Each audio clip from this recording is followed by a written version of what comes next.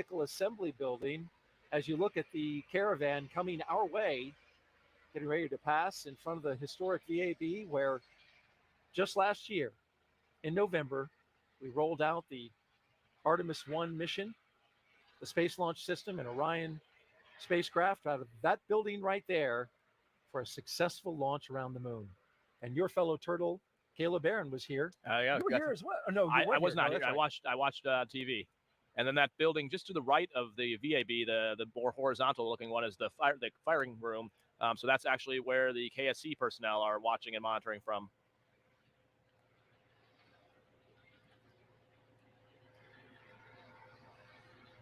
Well, you can see as they're passing there's some folks waving and wishing them good luck on the road.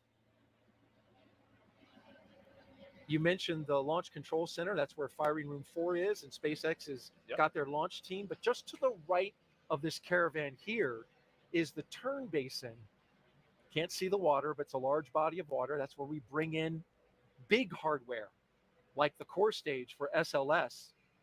And it's also where several weeks ago, Raja, NASA's recovery team was in the water training to return NASA astronauts after a flight back from the moon. Let's take a look now at more in our Artemis update. Right now, NASA scientists and engineers are preparing for Artemis 2. The mission will send 4 astronauts on a trip around the moon in 2024. But before that happens, test crews are practicing how to recover astronauts from the Orion spacecraft after splashing down the ocean. This black full-scale replica capsule, named Vader, stands for Vehicle Advanced Demonstrator for Emergency Rescue. It spent the last couple of weeks in the turn basin here at the Kennedy Space Center, where it was floated on the water and tested. Crews practice opening the hatch and installing an inflatable porch, an important piece of equipment to make sure astronauts can be recovered safely. If needed, adjustments will be made, and then it will be shipped to San Diego, where NASA and the Navy can perform recovery tests in the Pacific Ocean.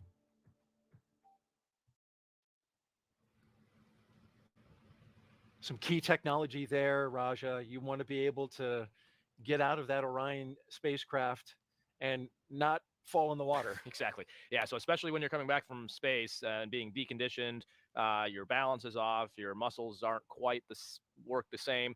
So we spend, it's not quite as easy as getting out of a boat when you're in good shape. So we have to spend a lot of time trying to figure out and how do you simulate that? How do you make the right, restraints and tools for the crew to get out quickly if they have to, and to do it safely. It'd be even worse if someone falls and slips. Now a bad situation's gotten even worse. And so we do a very similar thing for the Dragon training, the combination of training at the NBL, which is the Neutral Buoyancy Lab at Johnson Space Center, and then also out here at Kennedy in that basin. Great point about the condition of the astronauts, especially since being on Orion, that's tight quarters going around the moon. Want to mention really quickly, if you want to see more Artemis updates and track them as we go along the way, please see the QR code right now to the right of your screen. You can scan that. That'll take you to our Artemis blog, where you can catch up with all the latest updates on Artemis. And now we resume our focus on Crew-6 and the caravan that's taking them out to Launch Complex 39A. One quick note I do want to mention, Raja, before we totally wrap Artemis is, in a few months, we're going to have the announcement for the crew of Artemis 2. Yeah, so it's going to be everyone's pretty excited to hear that. I think one of the cool things about being in our office, I think most of us, the reason we like working in our office is just the people. And so we're all excited to see who's going to be doing Artemis 2 and all ready to jump in and support them. It's going to be amazing as they suss out and figure out the training flow. As you mentioned, we just had a greatly successful Artemis 1, and now the next step is to put people on board, check out what we call the ECLSS, or the life control system on that spacecraft, go around the moon, go further than we've ever gone as humans before, and then come back and check out the splashdown and check out all those systems before the next step of actually going to land on the moon. So it's a very exciting time, and can't wait to support the folks who are doing that. We already do support them. The fact that most of us are working on Artemis programs, that's really our job in the office, is whether it's the lunar lander, the Orion capsule, the Gateway habitat, the SLS. So actually having crew assigned and working will be great. are your fingers crossed? And toes? Yeah, whatever it's. I'll cross them. Yeah, I'd love to be part of that, but just the fact that we're all working on it is so rewarding. Absolutely. Well, let's check in now for the first time. Head back to where you live, the Johnson Space Center in Houston, Texas, and that's where we find our Courtney Beasley with an update from Mission Control. Good evening, Courtney. Good evening and welcome to the International Space Station Flight Control Room at NASA's Johnson Space Center in Houston, Texas. Mission Control Houston is essentially the nerve center for operating the International Space Station, working in tandem with our partner agencies and providers around the globe. Together, we've ensured the station is ready to welcome Crew-6. Leading the team inside the room right now is Flight Director Mike Lammers. And about an hour before launch, Flight Director Chris Dobbins will be in the Flight Director's seat. The flight director here in Mission Control will lead the NASA SpaceX Go No-Go polls once we're in integrated operations with Mission Controls here in Houston and at SpaceX in Hawthorne, working together to bring Crew Dragon to its new home in space. When we check back in later, we'll talk a little bit more about what the crew on the International Space Station has been doing to prepare for Crew-6. But for now, we'll send it back to the team at Kennedy. Daryl. Thank you, Courtney. And as we look back to the crew with that live camera on the Tesla, that was really neat to see that shot driving up and seeing a rocket dead ahead. Yeah, that is a cool. Yeah, that's awesome to be able to see what they're seeing. And the crew got to go do this usually a day prior to go do a pad tour, but now seeing it with the lights on, with the getting ready to start loading prop here shortly, it's a much different feel. And depending on how you mentioned there's a flight surgeon and closeout crew with them in the vehicle. The other thing they're doing is monitoring their playlist. So if everything is nominal and everything's fine with the suit and things like that, their other job is to curate the playlist for the crew, to try to time it such that their playlist is working out so what the time they pull up it's finishing. And some good effort and fun goes into picking the songs they listen to on the drive out. Yeah, you mentioned that. The playlist, we got them from Dan Hewitt over at Johnson. He mentioned that Stephen Woody, let's talk a little bit about their playlist, right? So theirs was, they had some really good songs in there. Traveling Band by CCR, Creedence Clearwater Revival, May We All by the Florida Georgia Line with Tim McGraw, The Space Traveler's Lullaby by Kamasi Washington. He's an American jazz saxophonist. Sing Me to Sleep by Alan Walker. Spaceman by Harry Nilsson. That's an American singer, popular during the 70s. You might remember Everybody's Talking at Me. I kind of think Bowen picked that one. I have a feeling. Arrived at the pad. We remain on schedule. All right. There's your announcement that the Corps just put out, that the crew has arrived at the pad. Yep, and you mentioned so when they drove out, they're in two vehicles. So what we'll eventually see is they'll be in two groups because they go 2 by 2, crossed in the crew access arm and through this whole process. So basically, we'll see Woody and Steve do something, and then a few minutes later, we'll see Sultan and Andre do the exact same thing. So they'll be sort of broken up in pairs. And so they continue to rock out real quick with Sultan and Andre's playlist, A Sky Full of Stars by Coldplay, Don't Stop Believin' by Journey, and Push It to the Limit by Paul Engelman, which came from the Scarface soundtrack. And boy, that's some pure 80s right there. It's my kind of because Crew-6 is NASA and SpaceX's sixth crew rotation to the International Space Station since 2020. This successful NASA program is called Commercial Crew, and it's based right here at the Kennedy Space Center. So now we want to turn over to Jasmine Hopkins, who is joining us live now with one of the leaders of this program. Jasmine.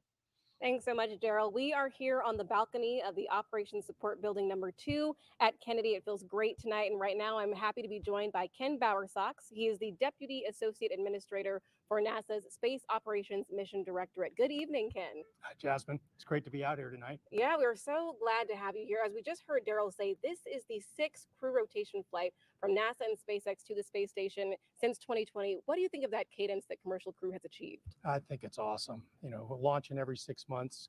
That was the plan going in. It's been our plan for a long time.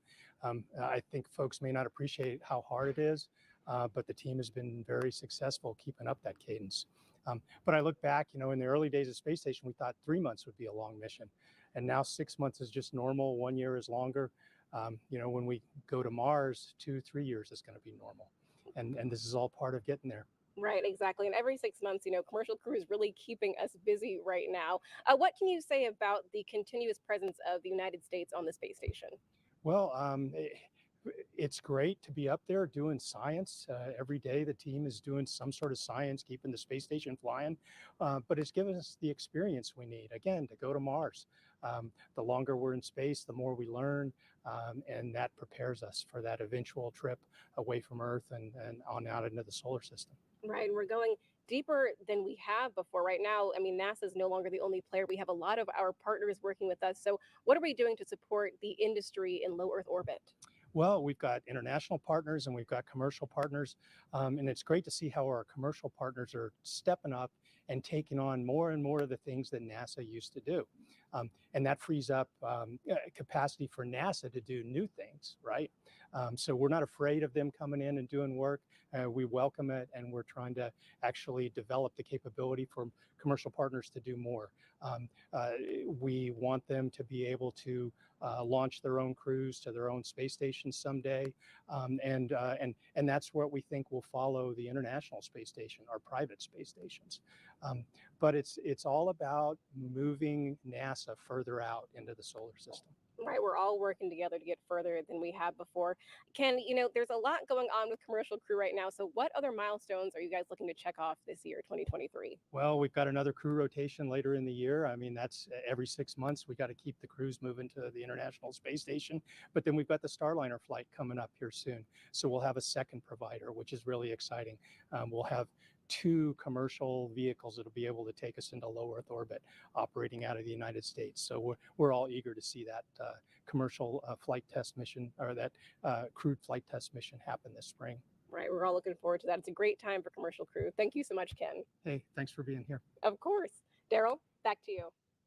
Thank you, Jasmine and Ken. And if you're just joining us, you're watching live coverage of NASA's SpaceX mission known as Crew-6. Good evening and welcome to the Kennedy Space Center in Florida. I'm Daryl Nail, along with a recent flyer on a SpaceX Dragon, NASA astronaut Raja Chari. Thanks, Daryl. Good to have you here, Colonel. Thanks. Yeah, it was a cool shot there. You got to just see of the crew arm at night. That's a really cool view with it all lit up on the inside. That's their path from the tower elevator over into their vehicle and Endeavor. So, and it's a beautiful night out. We've got a nice cool breeze. Temperatures are in the upper 60s, and launch weather is cooperating wonderfully.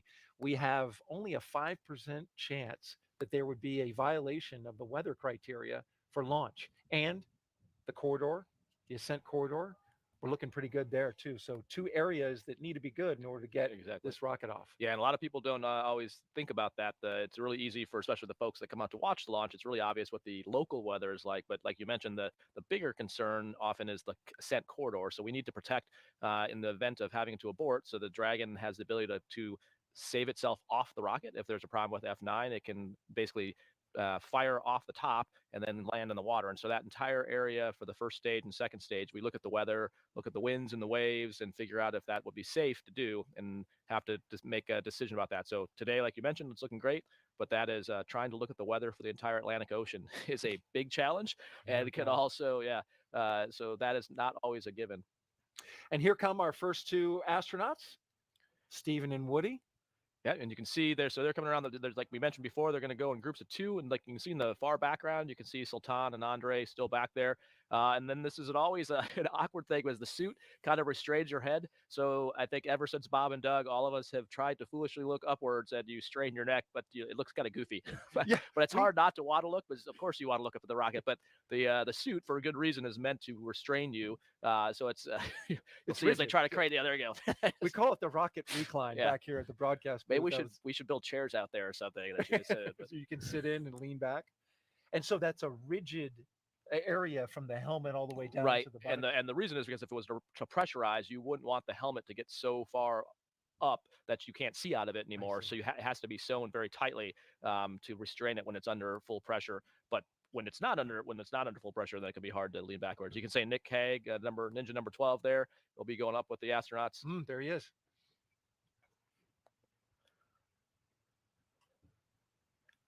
And I saw a picture online. I don't know if it was a meme or if they've actually changed the elevator panel to change the top button to say space. I'm not sure if that. I don't remember it saying What do space. you recall when you got I in? don't think it said space. Well, what I recall was it's the numbers are the feet of feet the level, launch pad. right. Yeah, And we but know that the 255 is the top level. exactly. But maybe someone changed it to say space. That'd be pretty cool. That would be. And I think the one on the bottom said Earth. I Right, saw that. yeah, meme. exactly, yeah. So at this point, they're off the umbilicals, off the cooling. You can see I think Ninja 10 there might have the cooling boxes, but at this point, they've got the visors up, so it's not as hot. And there is where the 255-foot level, you can see the sign on the door right next to the elevator. So Yep, and you can about see 25 stories up, and you go up pretty quick. It is a fast ride. You can see the grading in the floor there. The reason it's not solid, and we'll probably get more views of this later, is if there was an emergency egress and there's water up there, you want the water to flow out. So that's why there's holes in the floor. And our two mission specialists now doing their recline. We need a chair. You just need one chair. You can just switch places in the chair. Yeah. All right, so there's Steve and Woody coming off at the top of the elevator.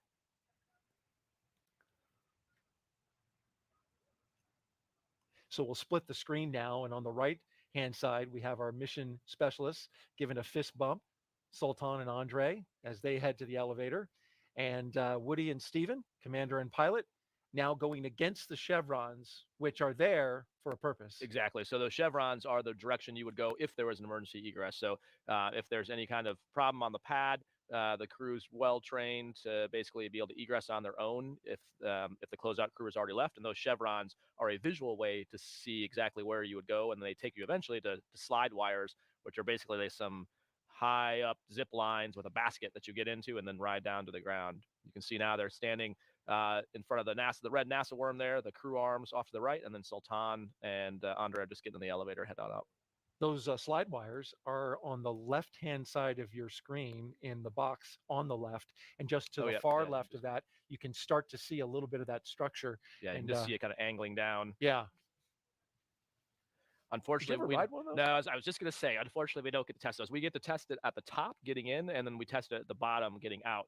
But just because the first time we see it is about a week prior to launch, the last thing they want to do is have us fall out of the slide wire box and break a leg a week before we launch. The Sultan and Andre getting off the elevator, and they'll come upstairs and join. So right now, Woody and Steve are standing there's a phone up there at the launch pad. These are the two astronauts in the upper right-hand Correct. part. Yep. So they're more than likely calling family or loved one just to kind of give the last "I love you" before you have to do it over the radio.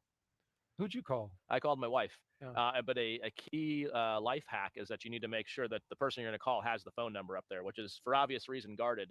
But the last thing I want my wife to do is not answer the phone because she thought it was a spam call. Oh, right.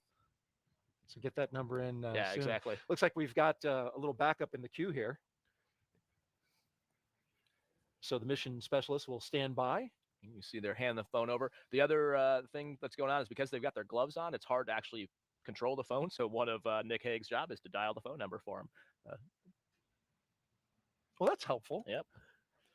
By the way, Crew-6 is the first of 3 SpaceX launches on Monday. It's going to be a busy Monday, Raja.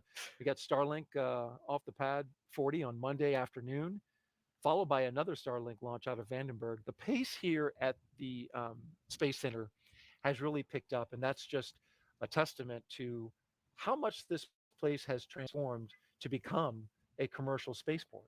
Yeah, it is very neat just driving around Kennedy, like just construction everywhere. You see trucks with parts of rockets moving around. Just the other day, there was a booster stage getting carted around. So there's always something. And like you said, it is a exciting time in the industry, whether it's Artemis, like you said, Starliner about to fly, a Crew-6 launch. There is just so much happening right now. Tonight, though, we count down to 1:45 a.m. and I believe 3 seconds. If you want to know exactly the second it's supposed to lift off, 1:45 and 3 seconds in the morning tomorrow. You start to see Steve and Woody going across the crew access arm there. And that's a neat shot, courtesy of our crew in the helicopter. And here comes Woody and Steve down the crew access arm, ready to get inside the Dragon spacecraft. And so you'll see there's a NASA meatball there with the signatures of all the previous Crew Dragons. Your signature's there. It is. Yep. And then the SpaceX for the private mission. So they basically kind of, and you'll see, I think they're about to hand them a Sharpie. Yeah, they are. This is on the crew checklist. Now you got to decide if you want to take your hands out of the gloves or keep them in the gloves. So it's different people prefer different things. You can take your hands in and out without breaking the validity of the leak check. But if you undo any of the other zippers, then you do have to redo the leak check, which you're going to do anyways in the vehicle. But taking your hands in and out can just be a little more comfortable, a little more cooling. That looks like what Woody's doing. Exactly. And he's got gloves. You can see he's got comfort gloves on there, though, which are basically just to help with to absorb some of the sweat and perspiration. You want to make sure you sign this, nice and legible. Yeah. There's always no shortage of dragonflies as well out here in Florida, and so that's always one of the other good luck omens that the closeout crew will talk about is having seeing a dragonfly come around near the White Room. Oh, really?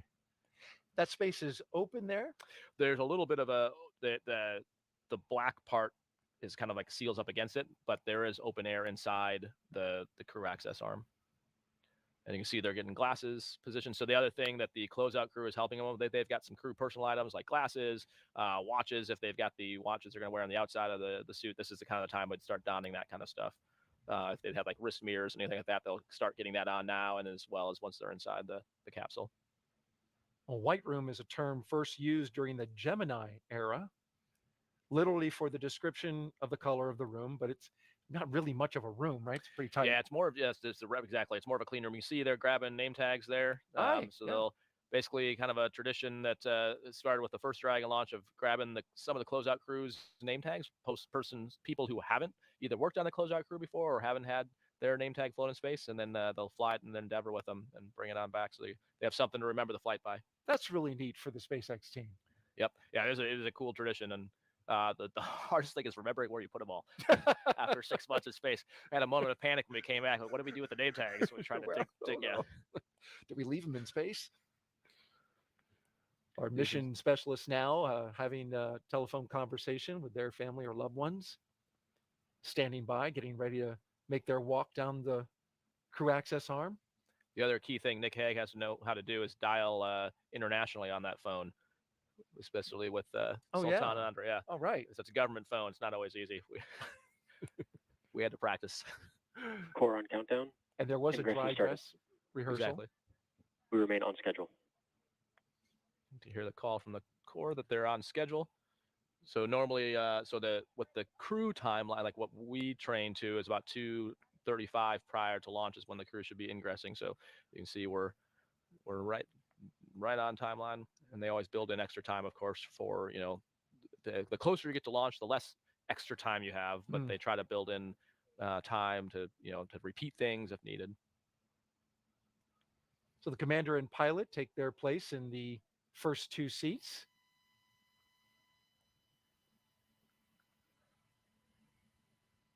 On deck are the mission specialists. And you can see they're just starting to come across the crew access arm now. All right, good news. Thanks, Steve.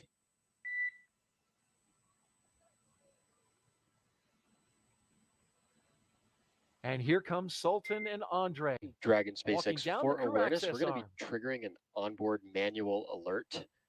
You'll see this temporarily, no corrections required. So you can hear the core talking to Steve. SpaceX Dragon copies. So when they first get in, this is doing an initial check just to tell them they're in the seat. There'll be more formal comm checks later, and what you heard the core tell them that they're gonna see an annunciation of an alert, but there's nothing required. So they're just giving a heads up so that the crew is not surprised when they see it. Sultan was pretty pumped as he came down the crew access arm. He was moving, pumping his fists, waving, and gave his flag on his shoulder a tap. So very cool, very exciting. He's going to go with the gloves. Going to sign it. Just don't get any Sharpie on the outside. In Dragon SpaceX, we were actually able to complete that test without triggering the onboard alert, so you can ignore the previous call. SpaceX Dragon copies. Thanks for the heads up.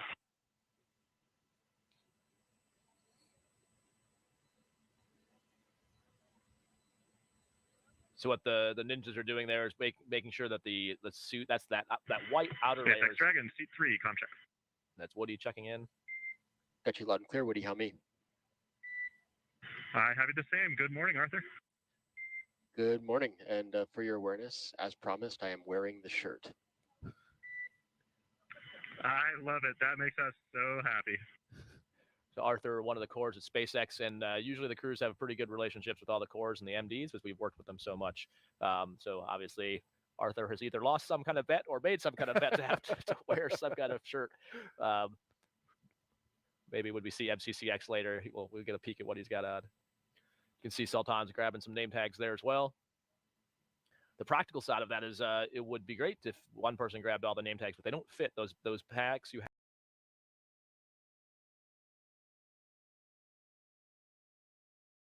Things like that you actually distribute those name tags amongst a few different people in the crew, so you don't bust the zipper on the pack. I see. And that's what so you can see the crew Give 'em a support hand. exactly. Yep, exactly. There's a little interior pocket there, so like a watch or glasses case or any things like that, or what would be going in there at this point. Well, there's some motivation by the SpaceX crew to make sure it gets in the right place, right? It's zipped up Exactly, and yeah. nice and tight.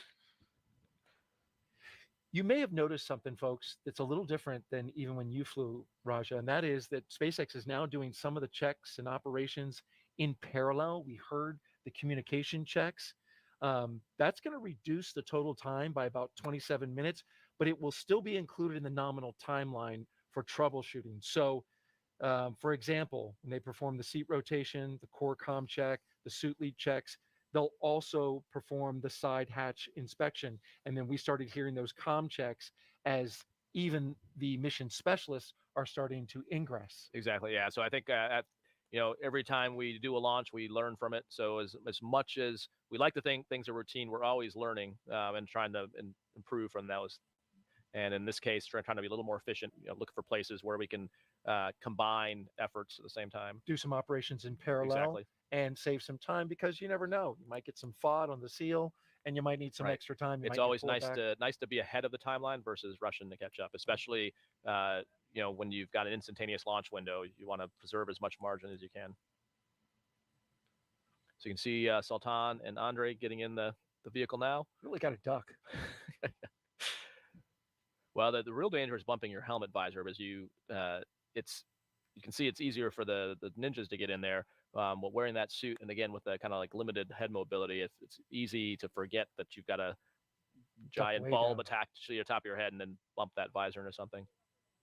I like that shot that SpaceX showed us going into Dragon with the closeout team, following right behind the astronauts and you the can cosmonaut. see pretty good view of Andre's armrest there, and you can see the buttons on there. And so you can see that one at the bottom center of your screen with the little white dot. So that's actually a little Velcro button. And so the reason we do that is all those buttons would normally feel the same. So you put a little piece of Velcro on that one, and that way, even through the suit, you can have the tactile feel to know that's the push to talk button. In case you're just like if you were typing on a keyboard, once you find the space bar and you can orient your fingers, that's the same thing for that. Once you find that button, then you know where the other buttons are without having to look down to see them. But you've got a volume, a Vox, which is the sensitivity of your mic, and then a push to talk.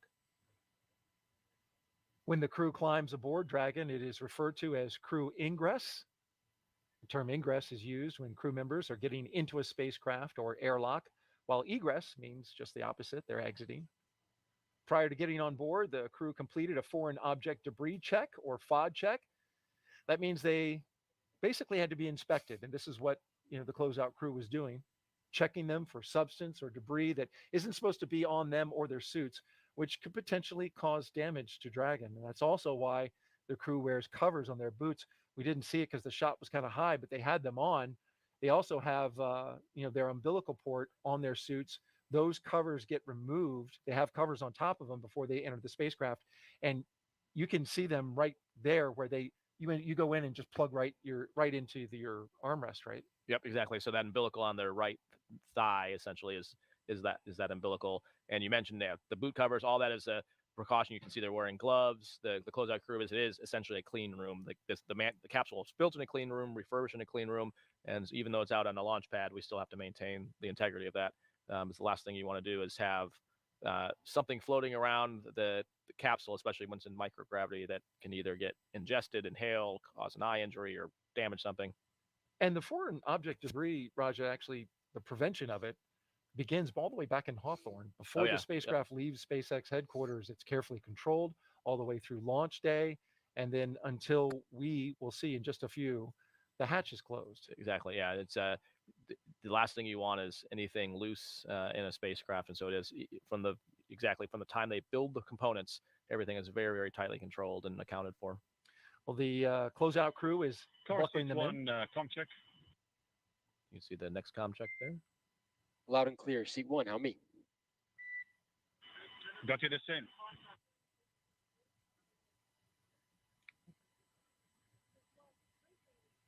The suit techs are there inside the spacecraft with the astronauts just in case they need a hand. And that's exactly what we see happening right now. Exactly. Yep. And so, yeah, it's a mix of crew strapping themselves in, but then generally the closeout crew is going to cinch down the shoulder straps and just make sure you're really, really secure. It's, when you see them moving in the space, you'll see during launch, like it doesn't look like they're moving because they are so tightly strapped in, but there's a whole lot happening to the vehicle. Right. The vibration. Exactly. The umbilicals allow the crew to have comms through the suit, air to help keep them cool, as well as nitrox for suit pressurization, which is similar to what scuba divers use. Yep. And you can see on Woody's, you can see now on his left knee is that satchel I was talking about. So that's like it's a got a knee board card on it, but inside that is where the iPads, so they have iPads that have backup procedures on them. You also have some cards you can write on procedures on the inside, and kind of just a mix of different. This is seat 4, com check. It's Andre's com check, sounds like. Yep. Loud and clear. Seat 4, how me? Loud and clear, 4. Thank you. There's a little delay between the audio coming from the astronaut and the coming video on our suit, broadcast. Yep. Yeah, you can see Woody's zipping in. So those two layers I was talking about the suit before, you can see there's an orange colored zipper and a white zipper. And that's the orange is the pressure garment zipper and the white is the restraint zipper. That's why there's two colors. And so what he's doing is looking to make sure, and he's showing the closeout crew that he's getting a visual inspection. There's a white tooth on the last piece of the zipper, and that's what he's visually verifying, as he can see that white tooth. That makes you have a good seal. So that's what they're doing right now. Is basically it's a two-person check. So everything's a checklist, and anything critical you always want to get two sets of eyes on.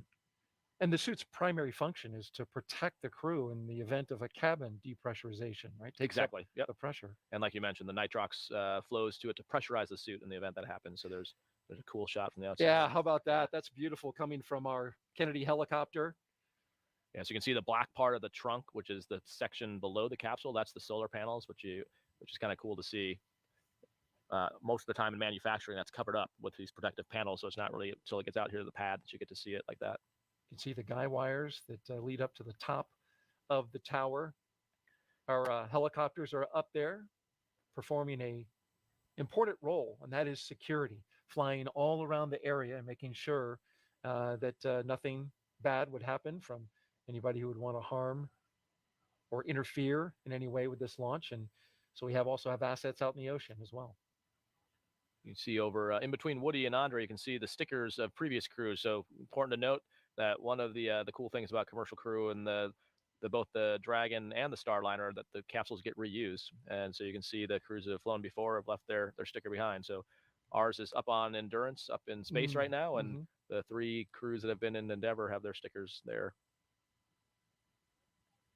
And there are 4 seats as we see there, and they are numbered 1 to 4 from right to left when looking at the seats from the hatch. So all the way in the far right will be Andrei Fedyaev. He's in seat 1. Sorry, in the far left, correction. He's the one motioning with his hand right now. In seat 2, moving across to the right, that's Woody Hoberg in the pilot seat. And just to the next astronaut to the right, that's Stephen Bowen, the commander, in seat 3. And then at the far right is Sultan Al-Nayati. He's in seat 4.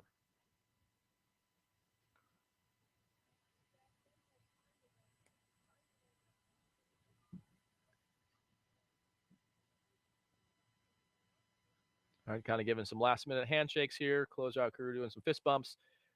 At some point, they'll probably get a photo, is my guess. You become close with the close. You do, yeah. Like I said, you know these people. Like it's actually really cool. By the time you're at the end of the sim campaign, you can tell just by the tone of someone's voice. Before you even hear what the problem is or what the thing is in a sim, you know, okay, this is good or bad, just by the way they sound. Well, we're ready for some social questions. We mentioned at the top of the show that we want to take your questions throughout this show. And while we've got a little moment here, while the astronauts and cosmonaut are settled into their seats inside the Dragon, we want to check in and take a question. This comes from Sotex Rangerman. What time does the crew wake up for this late night launch? So actually, to them it seems like the day, even though it's dark out, because we do a thing called sleep shifting.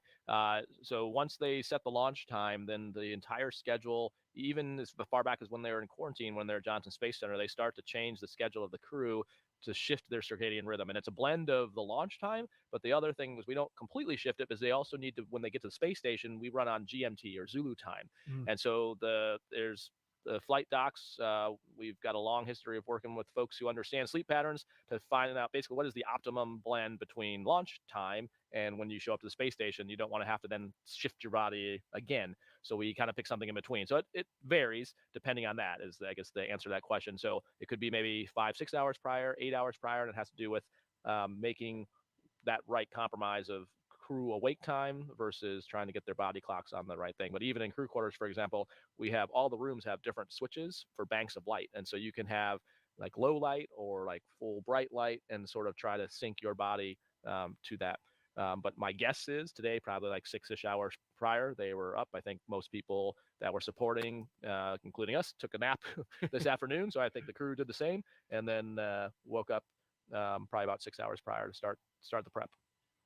And your flight doctors help with this, right? Because this is something that's very calculated exactly. in terms of shifting your and they absolutely sleep schedule. do. Yep. And so they actually build a whole, that's built into the whole plan. And so even like at the wet dress and the lead up to this, that is all accounted for. And yeah, because you're doing training events still, you're getting briefs on the weather, on the vehicle status, and all that is timed to make sure it is synced with whatever the sleep shift is. And SpaceX Dragon crew is ready for comm checks. SpaceX copies. Stand by for umbilical comm check. All right, so they're running a little ahead, it looks like. So the crew's got display, giving us some waves. There's a procedure that they're running called, so SpaceX procedures are a number with a dot and something. So this would be 4.100, and the procedures are on their displays. And so usually they'll have one display that's showing the timeline and then another display with this procedure up. So they just talked about the fact that they're ready to do comm checks. And so there's going to be a series of checks here. We talked earlier, Daryl, about how there's different relays. One's to the umbilical, which is the physical connection between the Dragon, the launch pad, and the ground. There's a TDRS connection you'll hear them talking about, which is a satellite connection. And then you'll hear different people talking to them. The MD is a mission director. Commander, pilot, MS1, MS2, comm check.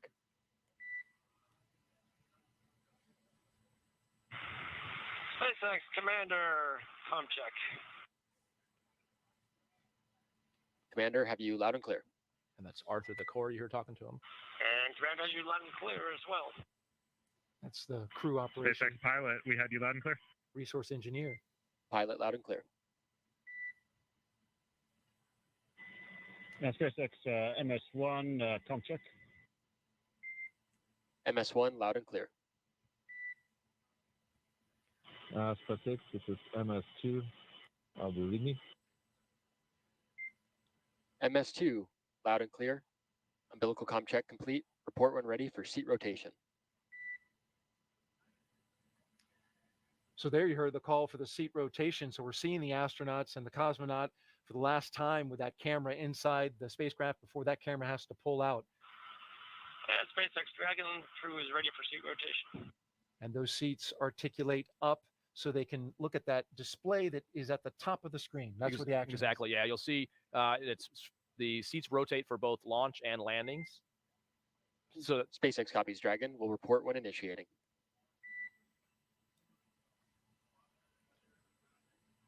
Yeah, so it's like this to make it easier to get initiating seat rotation. You'll start seeing move. to start to make it easier to get in and out for both the people and the cargo, but then you rotate the seats for launch and landing so the G forces are more through your chest and not in like a more odd. You don't want to be like in a pulling it down from your weird, head. yeah, let's say, exactly. like the blood It down makes to it your feet. exactly. So this makes it much more easy to sustain the G's when it's pushing through your chest, kind of like someone sitting on your chest, as opposed to pulling it down towards your feet. And you can see the cargo underneath there. There they go. Rotating, articulating, I should say, up into that flight position. And they'll be able to look at their screen and monitor the systems as Dragon is prepared for flight along with the Falcon 9. Neat shot there. Yep. So you can see it's not just people going up to the space station, a whole bunch of stuff getting hauled up there as well. That's right. Dragon SpaceX seats are at the launch position. SpaceX Dragon copies.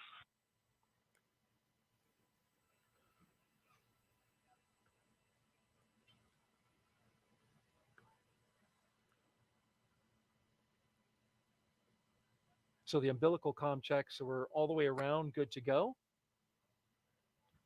Yep. I think next big thing for the crew will likely be suit leak checks, but that's probably a little ways off. In the meantime, what they're probably doing in between themselves is adjusting those Vox settings, and like I mentioned, that's the sensitivity of the mic, and so you're kind of tuning it so that you're not hearing background noise, but that you can hear each other talk. And Dragon SpaceX, you are go for Section 2 suit leak check preparation. And we've got Section 2 suit leak check preparation in work. So Steve mentioned Section 2. That was the procedure I was talking about before. So they're doing it on the screens. You'll see them running through the steps there. Steve's probably telling them to lower their visors, which is why they just did that. He's reviewing the steps that are in the procedure. Essentially, when they're doing this, they're going to kind of stay still and let the nitrox start to flow. It's going to pressurize the suit. You'll probably see them tuck their arms in. You'll see the suit inflate a bit. You'll probably see the helmet move up, and that's why I mentioned before why it has to be tight so that they can still see out of it. Got the visors closed as well. Yep, they're tightening the straps down, and then they're going to be looking at, so Steve and Woody, actually all of them, but there's displays right in front of them that are going to show them the suit delta pressure, and they're making sure that the suit can hold the pressure, that there's no leaks. Andre's got his hands in position now that you mentioned was coming up. Yep. And you'll see after this leak check, you'll see they will never touch their zippers again. The only thing they'll do is open and close visors, but after this leak check, that's the last time they'll mess with any zippers. Once you know they're good to go, leave them alone. Exactly. Yep. All right, SpaceX Dragon tear is complete. We are ready for leak checks.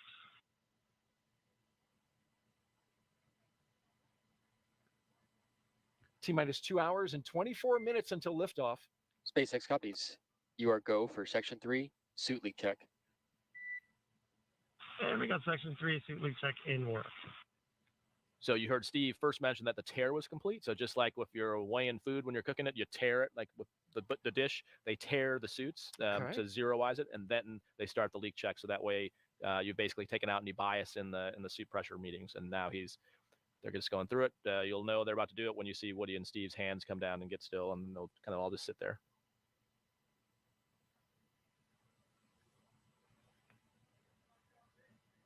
You were the commander for Crew 3. What's your role in this moment? So my analogy that I like to use is kind of like a professional coach of a team, where you're not really, if you're an NBA coach or an NFL or Major League Baseball coach, you're not teaching people how to play. You're just trying to get them to work together in the most efficient way. And that's the same thing. Everyone in our office is highly trained. I don't need to tell anyone how to do their job, but more it's a matter of like, okay, for this emergency, Steve might say, okay, in the case of a depress, then Woody, you're doing this, Sultan, you're doing this, Andre, you're doing that, and the important thing is iterating on that. So you have a sim, you see how that goes, and even if it went great, maybe change it the next time to see like, oh, that either went better or it validates that we had the right approach. So it's kind of working with the training team to figure out the best, we call it CRM or crew resource management. What is the optimum way to use the crew skills in a variety of environments? And sometimes maybe having the same approach, so having like a buddy system maybe works, but maybe, there's a balance of like, do you want to keep it simple, or maybe there's a certain reason to do something like, for example, depending on how good, like my Russian wasn't really great, right? So, so if we had a Russian crew member, Tom probably would have sat next to that person. We would have figured that out or figured out certain emergencies. So, Woody's a lot smarter than me, and Steve's been speaking Russian a lot longer, so I'm sure they didn't have that. I'm sure they didn't have that concern, but things like that. So it's just trying to figure out how to best optimize the skill set of the crew. And you can see does look like they're they're pressure. inflated, Yeah, you can right? see that's why Woody's hands look like a mummy there, just sticking out. Yeah. And you can see their knees have gotten much puffier. You can see Andre's head, like the helmet now is, you can still see his nose and his eyes, but it's risen up. You can see how it's extended there in his neck. And that's why it's so important to be fully strapped in, because if you weren't fully strapped in the suit, you would turn in, like, you'd basically just puff up and wouldn't be able to move your arms and legs. So these are not like what we call the EMUs. These are not meant to go EVA or do spacewalks, these kind of suits. These are called IV suits, meant for in the vehicle. And as you mentioned, to protect you from a fire or a depress, but not to go outside and actually move around. And we just heard from Johnson Space Center that we have 4 passing leak checks. Excellent. You can see they're deflating. You can see actually the suit getting smaller on them. Yeah, see it depressing. SpaceX Dragon, we have nominal suit leak checks for all suits. Next, you'll see they're pop their visors up shortly. SpaceX copies and concurs good suit leak checks. Closeout team will now perform final closeout steps and exit capsule.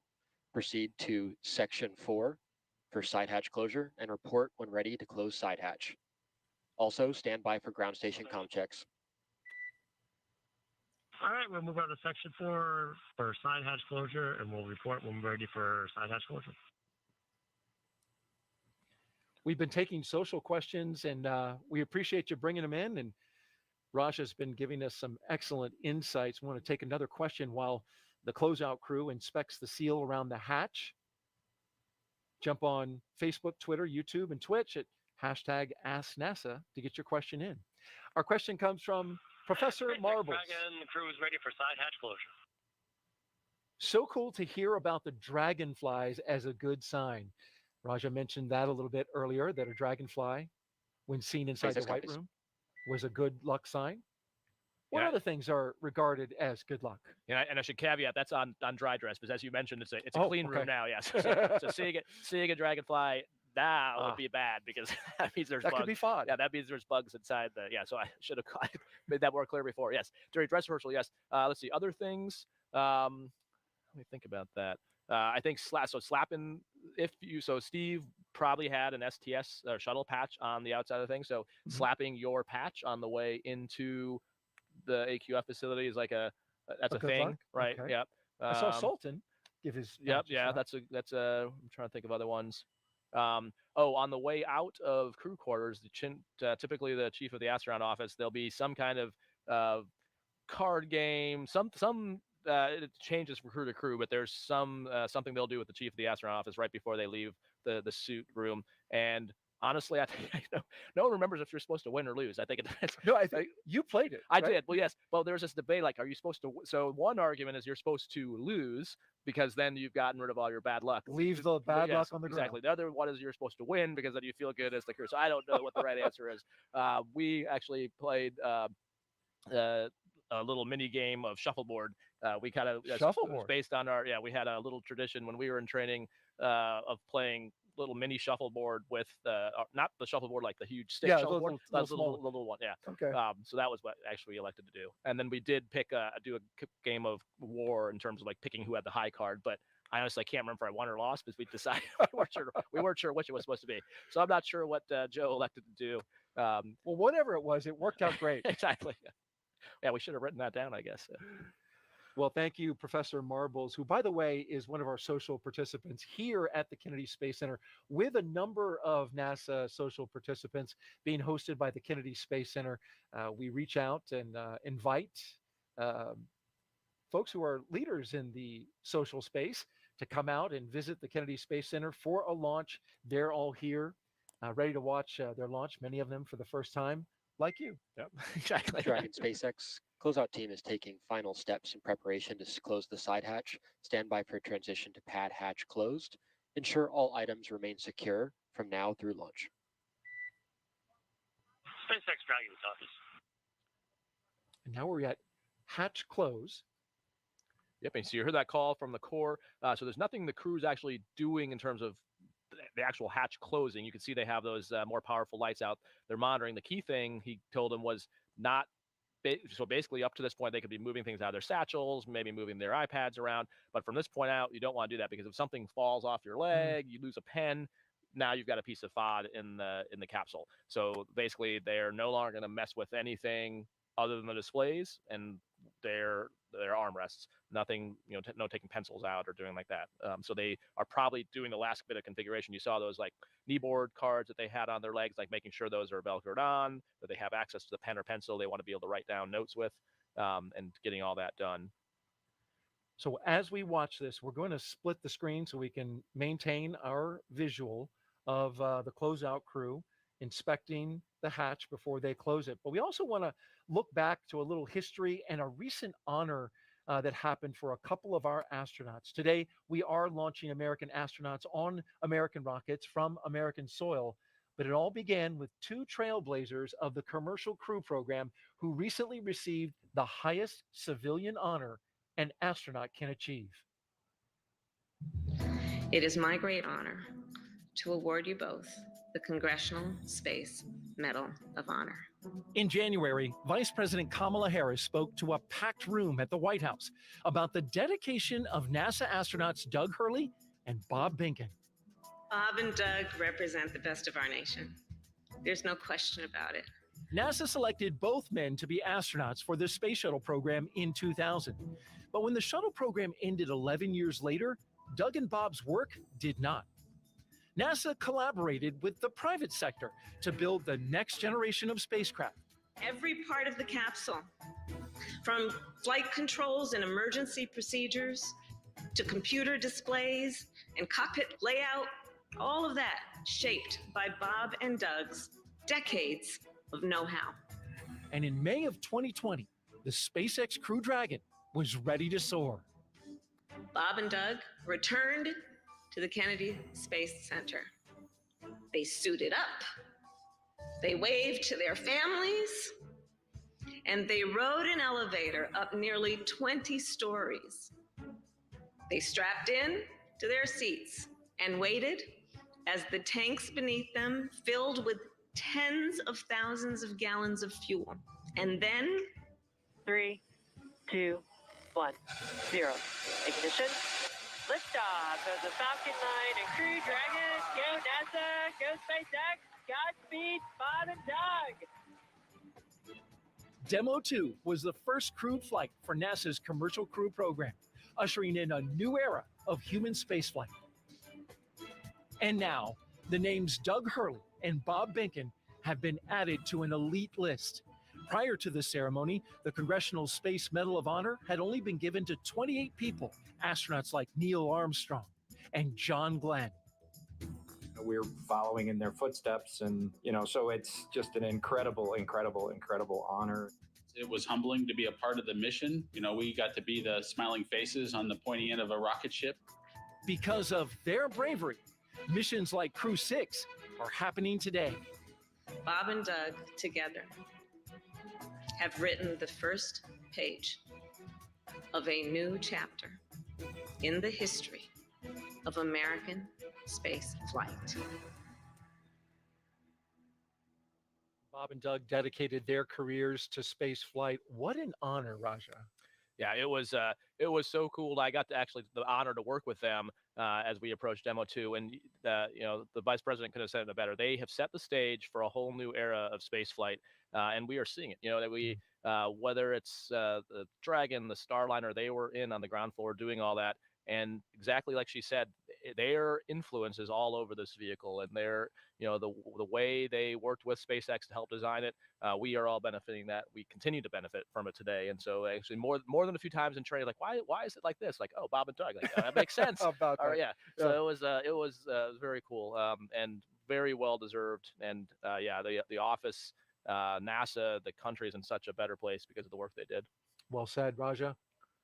And while we're talking about honors and the office of the president, I want to mention that Raja was nominated by the President of the United States for the appointment to the grade of Air Force Brigadier General.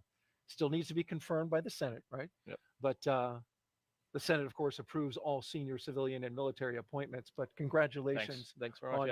on getting that nomination. Yeah, my wife and I are super honored and humbled to be able to continue serving in the next grades. But yeah, we're very honored and special to be able to do that here at NASA. Oh, very good. I don't have to call you General yet. Definitely not. Please don't.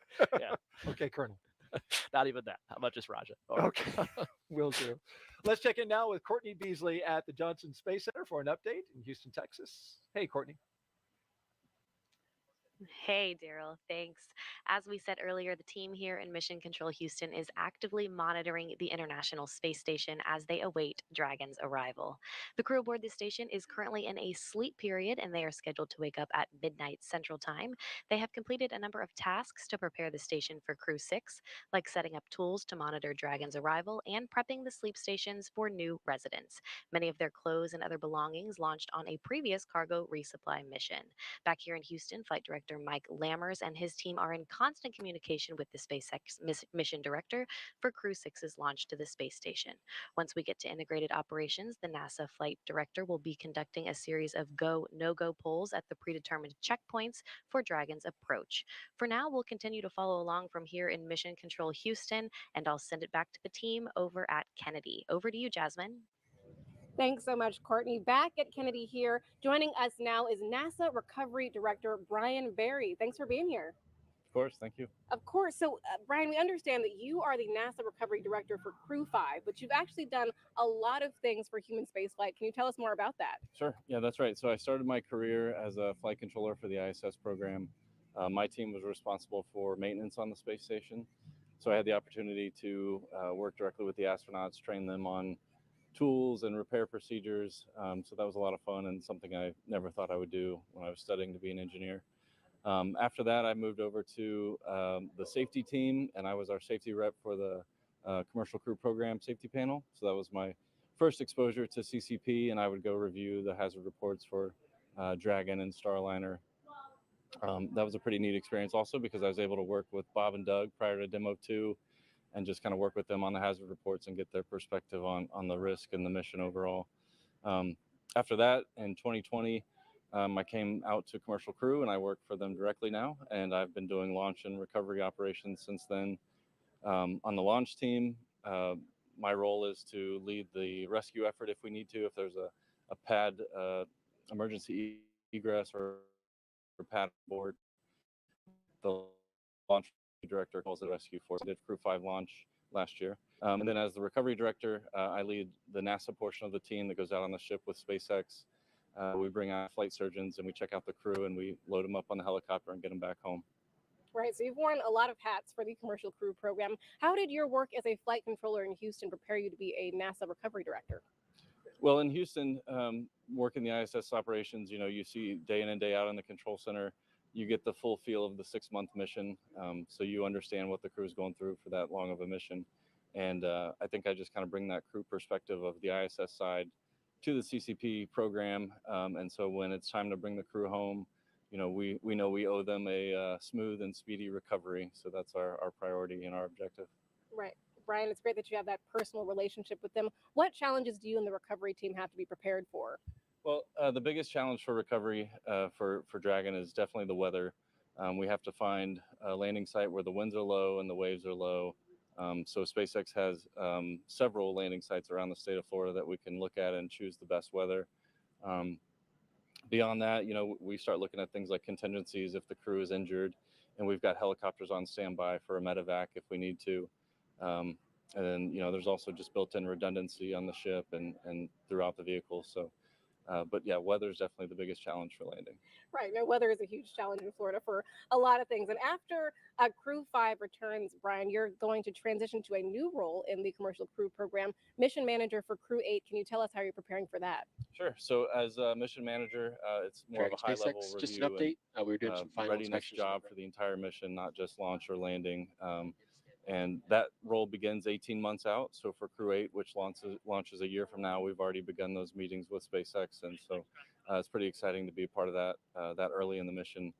And yeah, I'm just honored and proud to do that for the program. Of course. Well, congratulations, Brian. So glad to have you here tonight. Thanks, Jasmine. Daryl, back to you. All right, thank you very much, Jasmine. And if you're just joining us, we are currently 2 hours and 7 minutes until liftoff of Crew-6, launching as part of NASA's Commercial Crew Program, as we just heard so well. Commander Stephen Bowen, pilot Woody Hoberg, and mission specialist Sultan Al-Nayati and Andrei Fedyaev are strapped into the seats behind that capsule right there inside Dragon Endeavour. And here's an interesting note about Endeavour. The SpaceX fleet leader in number of flights to and from the station is Endeavour. That's true, yeah. So That's it's good. Well, So, I yeah, was just gonna say. I watch. Yeah, I got to watch Bob and Doug go in, and That's right. Yeah, and then it's cool that we are proving out that you get to reuse these vehicles. It's not just a dream. We're actually doing it. And they're certified now for 5 flights, which is a human certification that is done in partnership with the Commercial Crew Program. The 3 previous flights for this Dragon was, as you mentioned, the historic first flight called Demo 2, then Crew 2, and then Axiom Mission 1, which you were on station, right? We were, when yeah, Axiom when came, Axiom came docked, they aboard. docked to what's called the Zenith port. So yeah, we were there, which is pretty historic to have the first private astronauts from U.S. soil come up to the space station. It was awesome. And these astronauts today, Raja, that could happen for them as well if Axiom 2 goes up within their increment, right? Exactly. Yep. And so that's exactly the plan. And Axiom 2 is in training. I think they publicly released the names not too long ago. You can see that online. But yeah, so they do some training at Johnson Space Center, and because exactly that, if they're on orbit on time, they'd be interacting with Crew-6.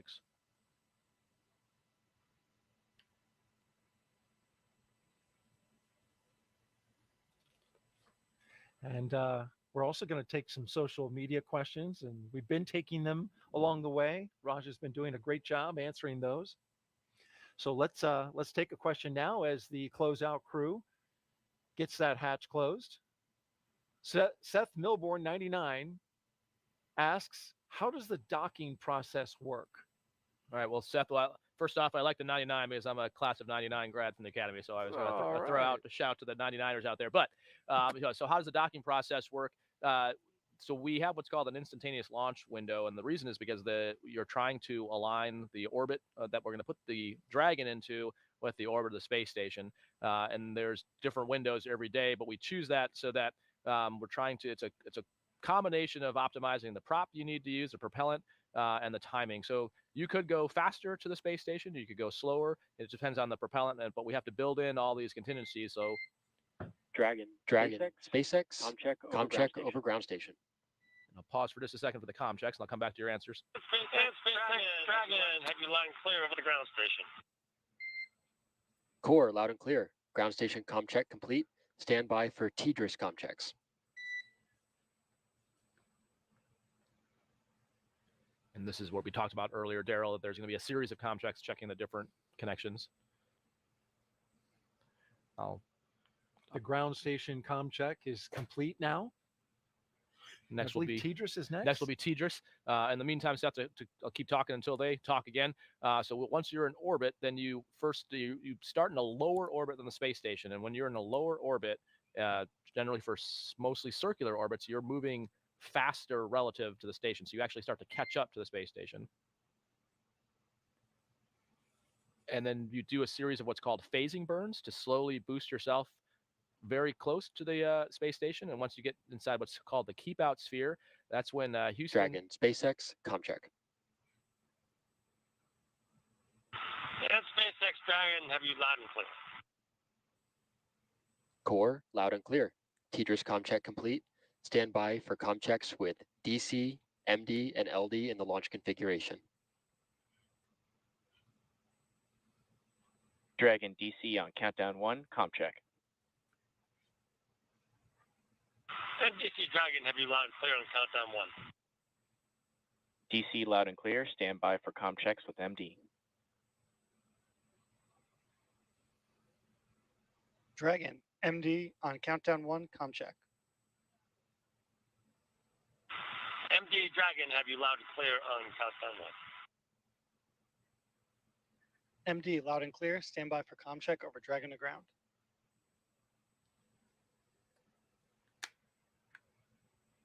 Dragon, MD on Dragon to ground, com check. MD Dragon, have you loud and clear over Dragon to ground. MD, loud and clear. Stand by for com checks with LD. Dragon, LD on countdown 1, com check. LD Dragon, have you loud and clear on countdown 1. LD, loud and clear. Stand by for com check over Dragon to ground. Dragon, LD on Dragon to ground, com check. LD Dragon, have you loud and clear over Dragon to ground. LD, loud and clear.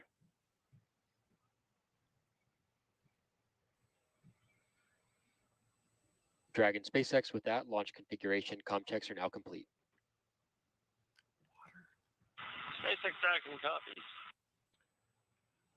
And so those comm checks, like we talked about, Daryl, were different people, different loops, and just making sure that all the key folks can get in contact with the crew if they need to, since there's a bunch of, if you can imagine, lots and lots of different comm loops on the ground with different people talking on different ones. So you want to make sure that they're Dragon connected. SpaceX, we are going to commence And, health checks for the launch wrap up. escape system. Expect momentary flight computer state change, followed by a transition back to pad hatch closed.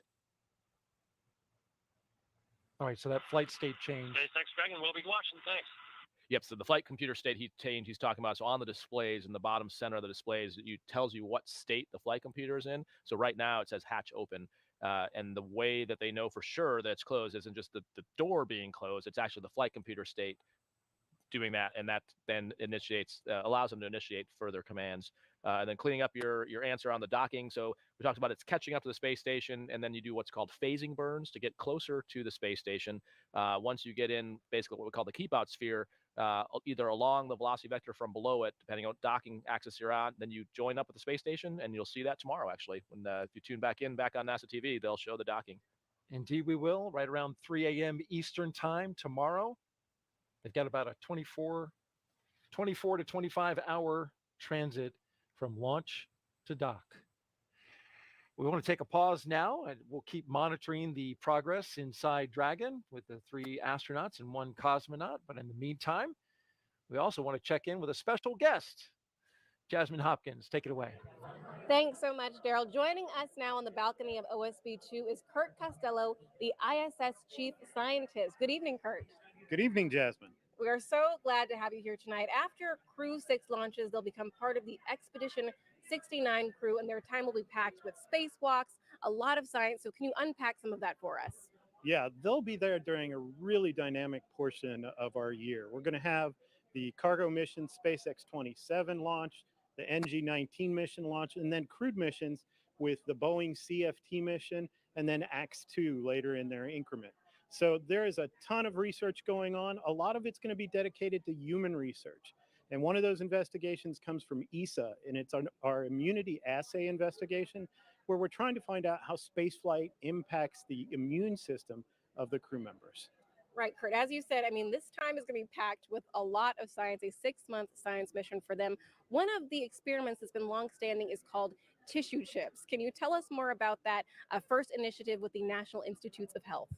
Yeah, this is actually the second in a series of the NIH NCATS, which stands for National Center for Advancing Translational Science. And what we're looking at are tissue chips, which are sets of cells and tissues that go into the ISS and are grown out. And this set of experiments from the ISS National Lab is really set to look at treatments for those tissues. So we'll be having 2 investigations go on board. The first is called Cardinal Heart 2.0, and they'll be looking at treatments that could help deal with cardiac stressors on orbit. And the other one is called Engineered Heart Tissues 2.0. And this one is really interesting. They've got those same heart tissues growing, but this time they're attached to a magnet. And the magnet tells us how hard that heart tissue beats and contracts on orbit. So these living heart cells are going to be able to tell us, 1, how hard they're working in the presence of the spaceflight environment, and then treatments are going to be applied to them so we can understand if that can help with those stressors. Wow, it's nice to hear that, some of the research we're doing on station could benefit our health here on Earth as well. There's also a combustion experiment called Sophie Mist. Can you tell us about that as well? Sure. Sophie Mist is a combustion experiment for solids. Sophie stands for solids in-flight extinction. So ignition and extinction. And what we're looking at are how solid materials burn under different atmospheric pressures and different concentrations of oxygen. The reason for this is our exploration vehicles have different atmospheres, and we want to understand how solids burn in space and how they can be extinguished efficiently. So we want to be able to put out any fires that ever occur in a cabin. Right, that's very important. ISS Chief Scientist Kurt Costello, thanks so much for joining us tonight. Thank you very much. Of course. Daryl, back to you. Thank you, Jasmine and Kurt. And I thought it was interesting. He was talking about that Sophie experiment and burning materials in space. You worked on some experiments yourself in which you burn things. Yeah, so we burning things in space, Roger. Yeah, well, you got to be really careful. Yeah, clearly. Yeah, so when you're up there as part of Expedition 66, we did several experiments with the combustion chamber, and it is a piece of engineering. So getting to work on it, install new materials. But the really cool thing, so Kirk mentioned part of it, like there's the one piece is making sure there's not fires. The other thing we're really interested in is there's some work going on like cold flames, and so flames on the Earth because of the gravity field, you have the hot part and then you see it actually go up, and Jenny Seide in our class is a combustion engineer, so there's some really fascinating things, but in microgravity it's a ball of flame. And so some really interesting research is some cold combustion engine type technology where you could reduce greenhouse gas emissions because of the way the flame burns. So that is the kind of fundamental science we're doing combustion research up there. Is this because it's more of an efficient burn? Well, it burns different. Exactly. You can have a cooler flame as it burns out instead of having this sort of wasted stuff as it goes literally. So yeah, some just amazing things that fall out of SpaceX good side hatch leak check. That fall out of research we never expected. That's cool. SpaceX Dragon copies. That's good news. You just heard the core talk about the leak check pass. Concur with that, Steve. And we also have a post-ingress briefing when you're ready to copy. Yeah, that's great news. We are ready to copy the post-ingress briefing. All right. We have no updates on weather from the previous briefing, and Dragon and Falcon are tracking no issues for launch. We're looking good here. The NASA team, for your awareness, is tracking a possible conjunction for ISS in about 22 hours and is considering performing a PDAM if required. We are still go for launch, regardless of if the PDAM will be required. If we do take that avoidance maneuver, or if ISS takes that avoidance maneuver, they may attempt to perform it prior to the Dragon boost burn, which helps to minimize impacts to our rendezvous timeline. We will come back after launch with more information as the joint teams evaluate if the PDAM is required, as well as if there are any updates to your mission timeline. I'll copy. And SpaceX Dragon, we copy all. Thank you for the heads up on the PDAM, and we'll be bringing those words after we get the order. So a possible conjunction. Right, conjunction is a fancy term for hitting something, running into it. For the space station, right? Not the for the Dragon. So as you heard, there's still go for launch, and kind of ties into this question we had from social media before about docking. I mentioned there's a timeline, and you heard the That's core a good read back, Dragon. And at this time, we'll step into comm checks with Falcon 9 operators. Please report when you're ready. All right, SpaceX Dragon, we're ready for comm check with the Falcon 9 operators. So before they did the comm checks with the SpaceX, the Dragon team, now this is the rocket. CE on countdown 1, initiating RE comm checks. GNC is first. So this is the launch Dragon, team. GNC on countdown 1, comm check. And GNC Dragon, have you loud and clear on countdown 1. GNC loud and clear. Stand by for comm check by the propulsion engineer. Dragon, prop on countdown 1, comm check. And prop, Dragon, have you loud and clear on countdown 1. Prop, loud and clear. Stand by for comm check with the avionics engineer. Dragon avionics on countdown 1, comm check. Avionics Dragon, have you loud and clear on countdown 1.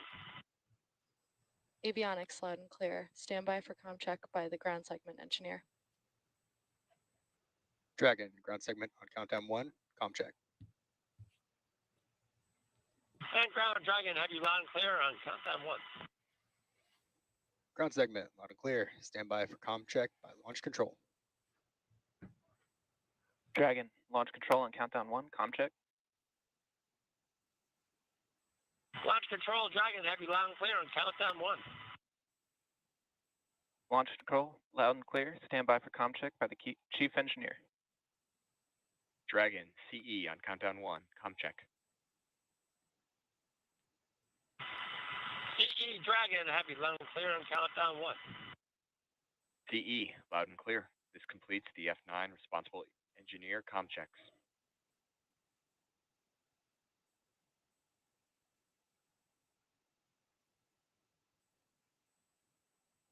If there was any kind of problem with the rocket, a subsystem of the rocket, you'd want that person to be able to talk directly to the crew. So there's making sure that comm channel is there. Going back to the PDAM, you mentioned that stands for debris avoidance maneuver. And so Space Force is actually constantly watching all the things in orbit.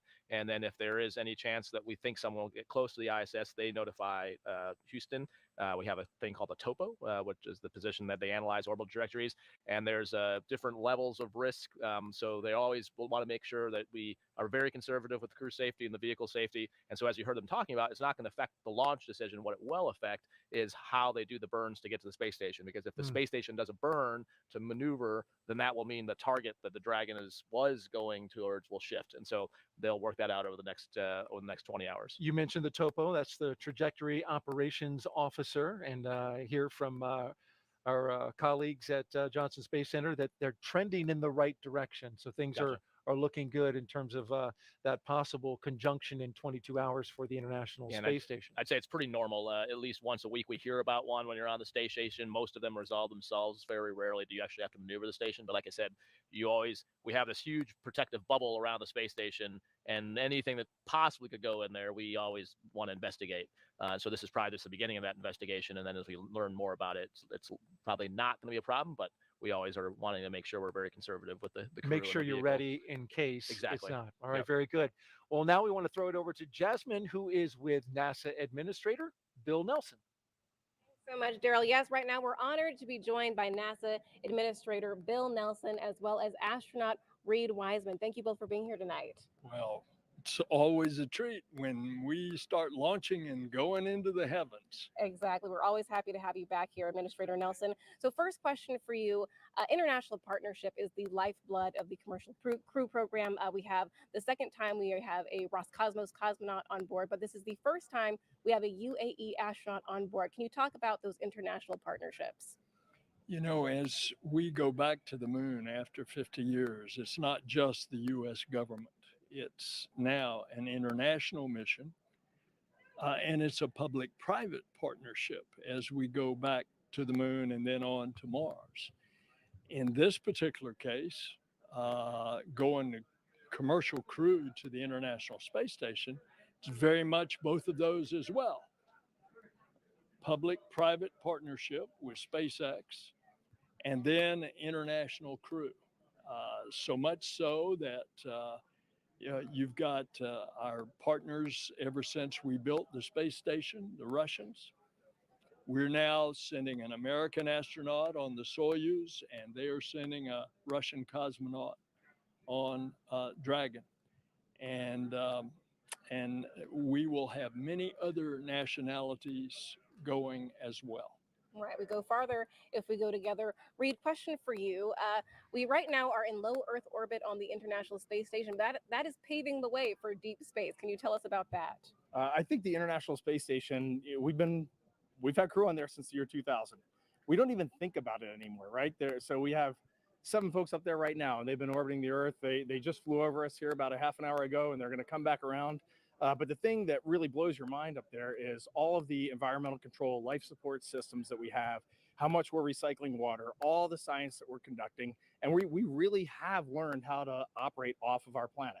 So we can do that now 250 miles up. So it's time to start doing that 250,000 miles away at the moon and then heading on to Mars. Right, we're very exciting. Great time to be at NASA. We actually polled the NASA workforce, and they want to know from both of you, what missions are you most looking forward to in 2023? A very exciting time for us. All of them.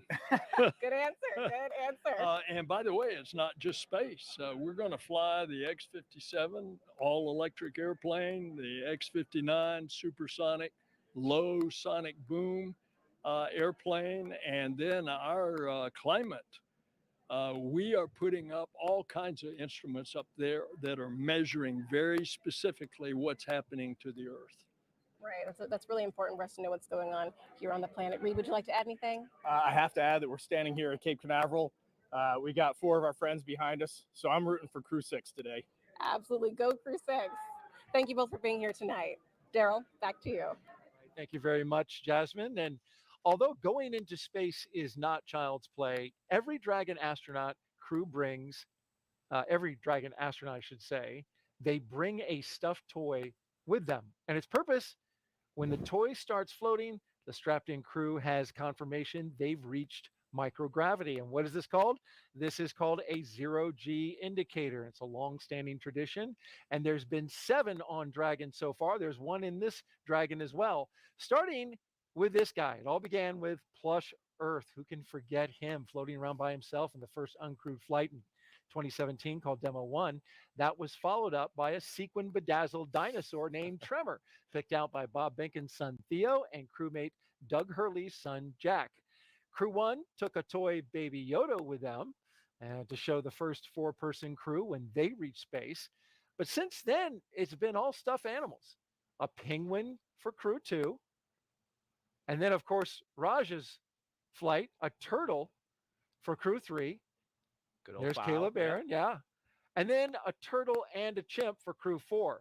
For the last mission, though, on Crew 5, they unveiled the first humanoid, the Albert Einstein Little Thinker plush doll. And so that begs the question, what is Crew 6's zero-G? We'll find out later. But you had the turtle, and there's a special reason for that. It is, yeah. So our class of 2017, we're called the Turtles, which so the previous class always names the next class. And I think a lot of people thought Turtles was supposed to be an insult because it's slow, but that's actually quite the opposite. The reason is when the vice president announced our class, he said that if you ever see a turtle on a fence post, you know the turtle didn't get there by itself. And so we take it as quite a nod to the people that got us to where we're at, which is very true, that none of us would be where we're at without our families, the flight controllers, the trainers that got us there. And so we actually love the term turtle and don't take it as an insult at all. But yeah, we had every crew takes a while to develop theirs. With ours, actually, our turtle was named Pfau, which is German for turtle, since Matthias was our German crewmate, and it was actually a rainbow turtle, a peacock turtle, which is because Tom was class the peacock. So it was a nod to everyone on the crew. You merged that in there. Did, that yep. was nice.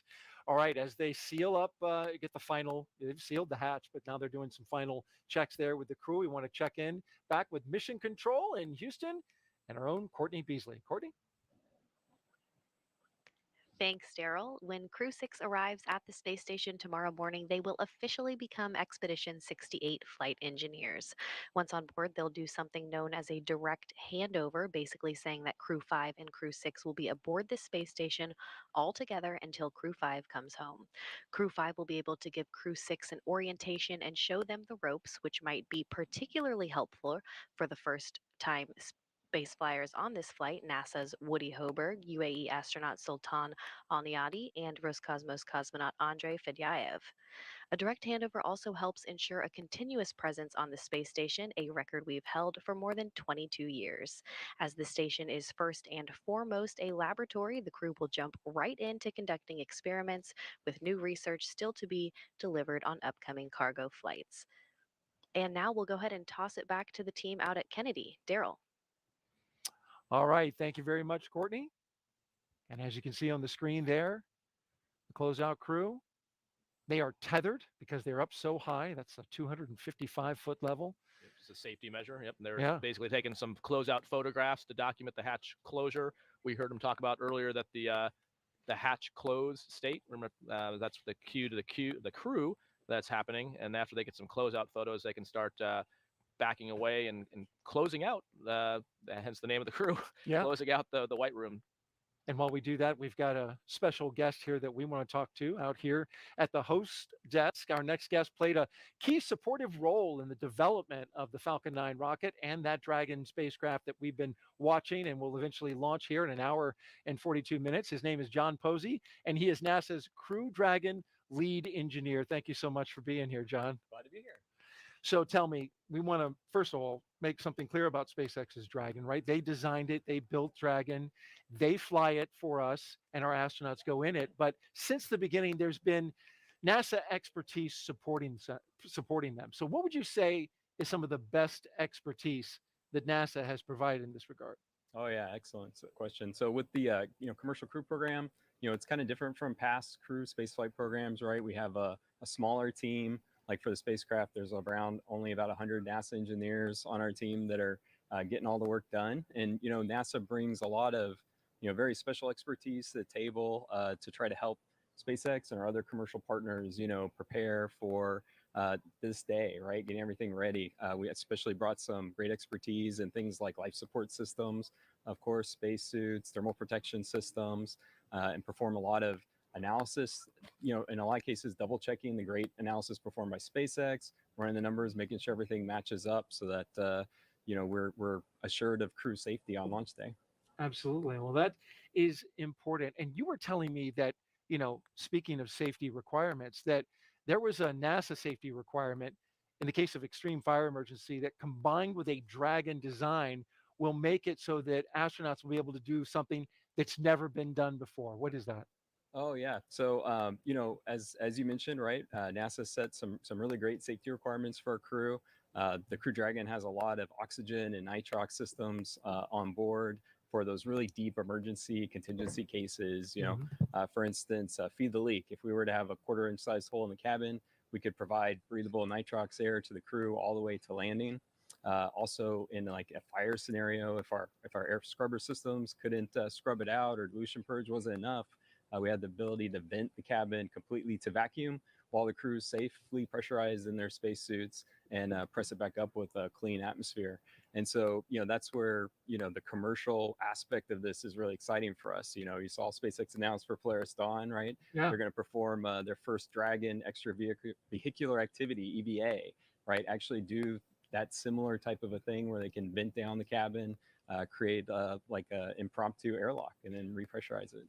How about that? Yeah. And we've got Raja here, an astronaut, depress the cabin. You were ready for it as an emergency scenario, but for Polaris Dawn, going to depress the cabin and they float right out the door. Yeah, it's super exciting to see the progress going on in low Earth orbit and commercialization. I mean, that's exactly the NASA dream. And you heard the administrator talk about that's what we want to do is enable industry to do things in low Earth orbit and then let NASA work on exploration in the moon and Mars. So this is it's amazing to see it happening. And NASA is right there by the side. Let's talk a little bit now about the Falcon 9. Coincidentally, you were also involved at the beginning of that vehicle with NASA. What contributions were made to the Falcon 9 and getting it going? Yeah, so I remember being back when I was a space shuttle propulsion engineer, watching those early Falcon 1 live streams, getting the first privately funded rocket to orbit with the liquid propelled vehicle. Really exciting. So when Falcon 9 was coming along on the commercial orbital transportation services COTS contract, they were getting that Dragon 1 ready, Falcon 9 ready. And I remember, that program was headed by Kathy Leaders, who later became commercial crew program manager and now associate administrator. But they tasked the launch services team with reviewing the safety of the Falcon 9 for CRS, commercial resupply services. And at the time, shuttle program was winding down. I was on detail to launch services.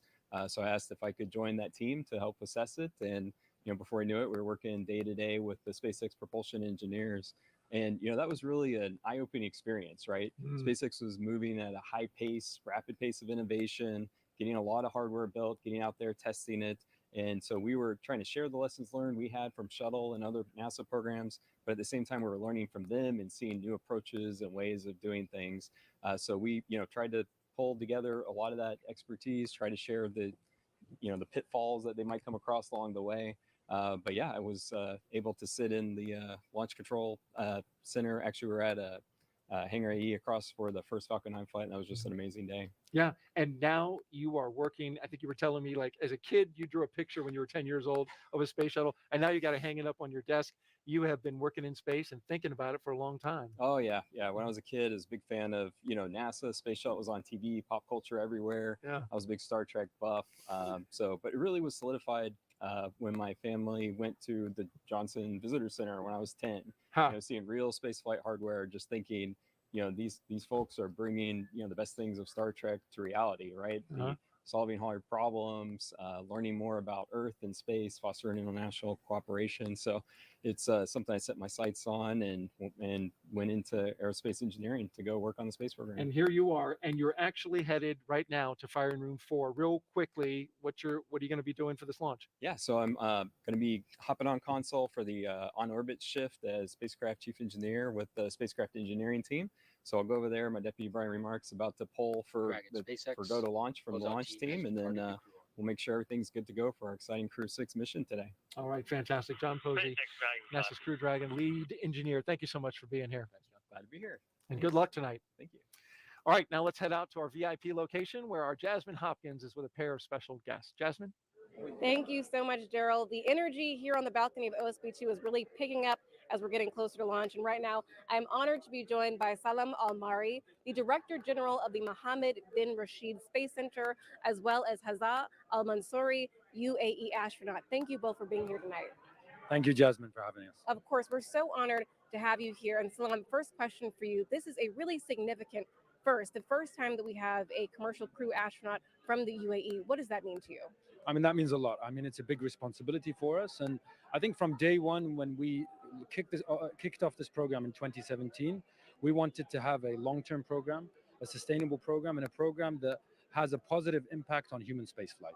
So we selected our astronauts. We made sure they're training with NASA, they're training with Roscosmos. They get the full set of training so that they can be astronauts that can contribute to the advancement of human spaceflight. So this mission really is a fulfillment of that vision. Today, when we get an astronaut from the UAE going on a 6-month increment and doing the same things that NASA astronauts and the USOS astronauts will be doing, I think that really means a lot to the UAE. It really does. And as you just mentioned, training with NASA Hazza, you were the first Emirati in space. You and Sultan actually trained together. Can you talk about that? That was really great privilege. I mean, since childhood, back in UAE, that to dream to go to space, that was a little bit critical. And even just to say that in schools back home, to say that I want to be an astronaut, that was something that's not an option for us. But when they did the announcement back in 2017 and we saw that opportunity, we applied, Sultan and myself and 4,000 applicants from UAE just to apply to be UAE astronauts. So we had that privilege. We have been selected for the first batch in UAE. We went to Russia to train, and I went to space. I flew to space in 2019.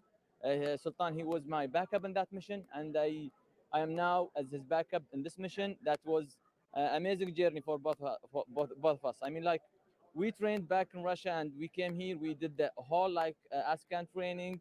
The amount of support we saw in the whole community here at NASA, that was really huge. Just to make this mission happen for UAE, it's big and huge, and we are really excited. I am super excited to see my colleague Sultan and Woody, Steve, and Andrei Fedayev launch to space. It's gonna be an amazing mission for them.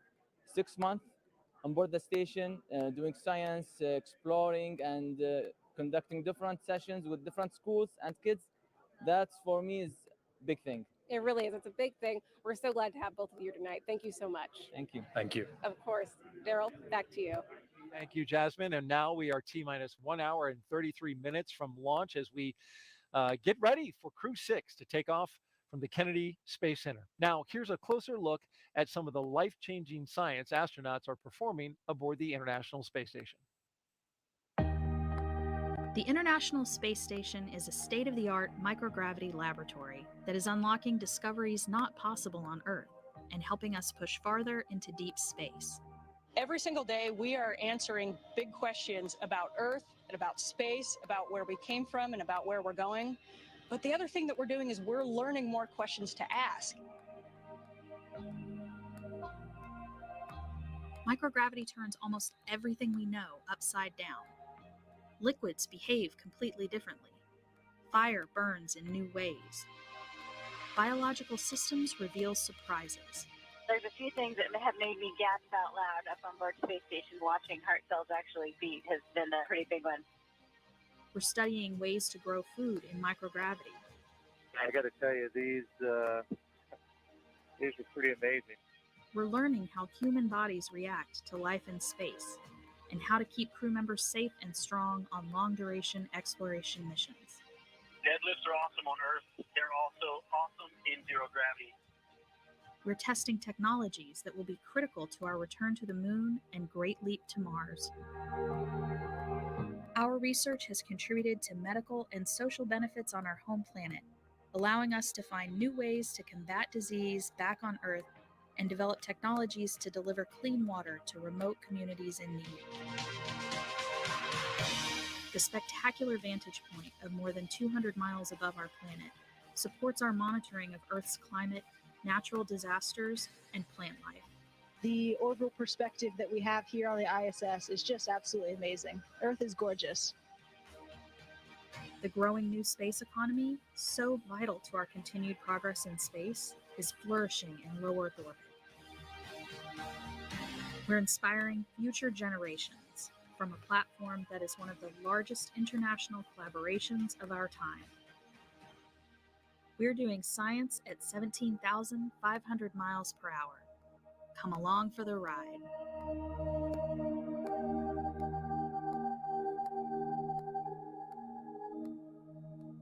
That's where our 3 astronauts and 1 cosmonaut are headed. But first, got some pre-launch configuration to do. Got to fuel up the rocket. And then, of course, light it and launch. We're coming up on 1 hour and 30 minutes before we launch Crew-6 to the International Space Station. The crew of 4 are in the capsule, as you just saw. The hatch is closed, and we successfully completed a leak check on the hatch, as well as the cabin. Launch engineers are located in Firing Room 4 at the NASA Launch Control Center at Kennedy Space Center. They have a view through their large window of Pad 39A, and this is what they're looking at. You can see the Launch Control Center. It's the building just to the right of the large VAB, just below that NASA logo. The Falcon 9 team is loading helium and nitrogen gas into storage bottles on the launch vehicle. They completed the RF checkouts, the radio frequency, did a final review of the vehicle testing performed earlier today. And the SpaceX chief engineer for this mission, he's Dan Alix, and he will check with the team at T-minus 80 minutes to verify that we are good to continue the countdown. Now, the next major activity is flowing a small amount of fuel into the first stage to prime the Merlin 1D engines for ignition. The team is also monitoring fuel and liquid oxygen loading preparations to make sure the propellants in the ground tanks are correctly chilled prior to loading them on the Falcon, and that will happen at T-minus 35 minutes. I'm with NASA astronaut Raja Chari, and let's take a look at the weather really quick.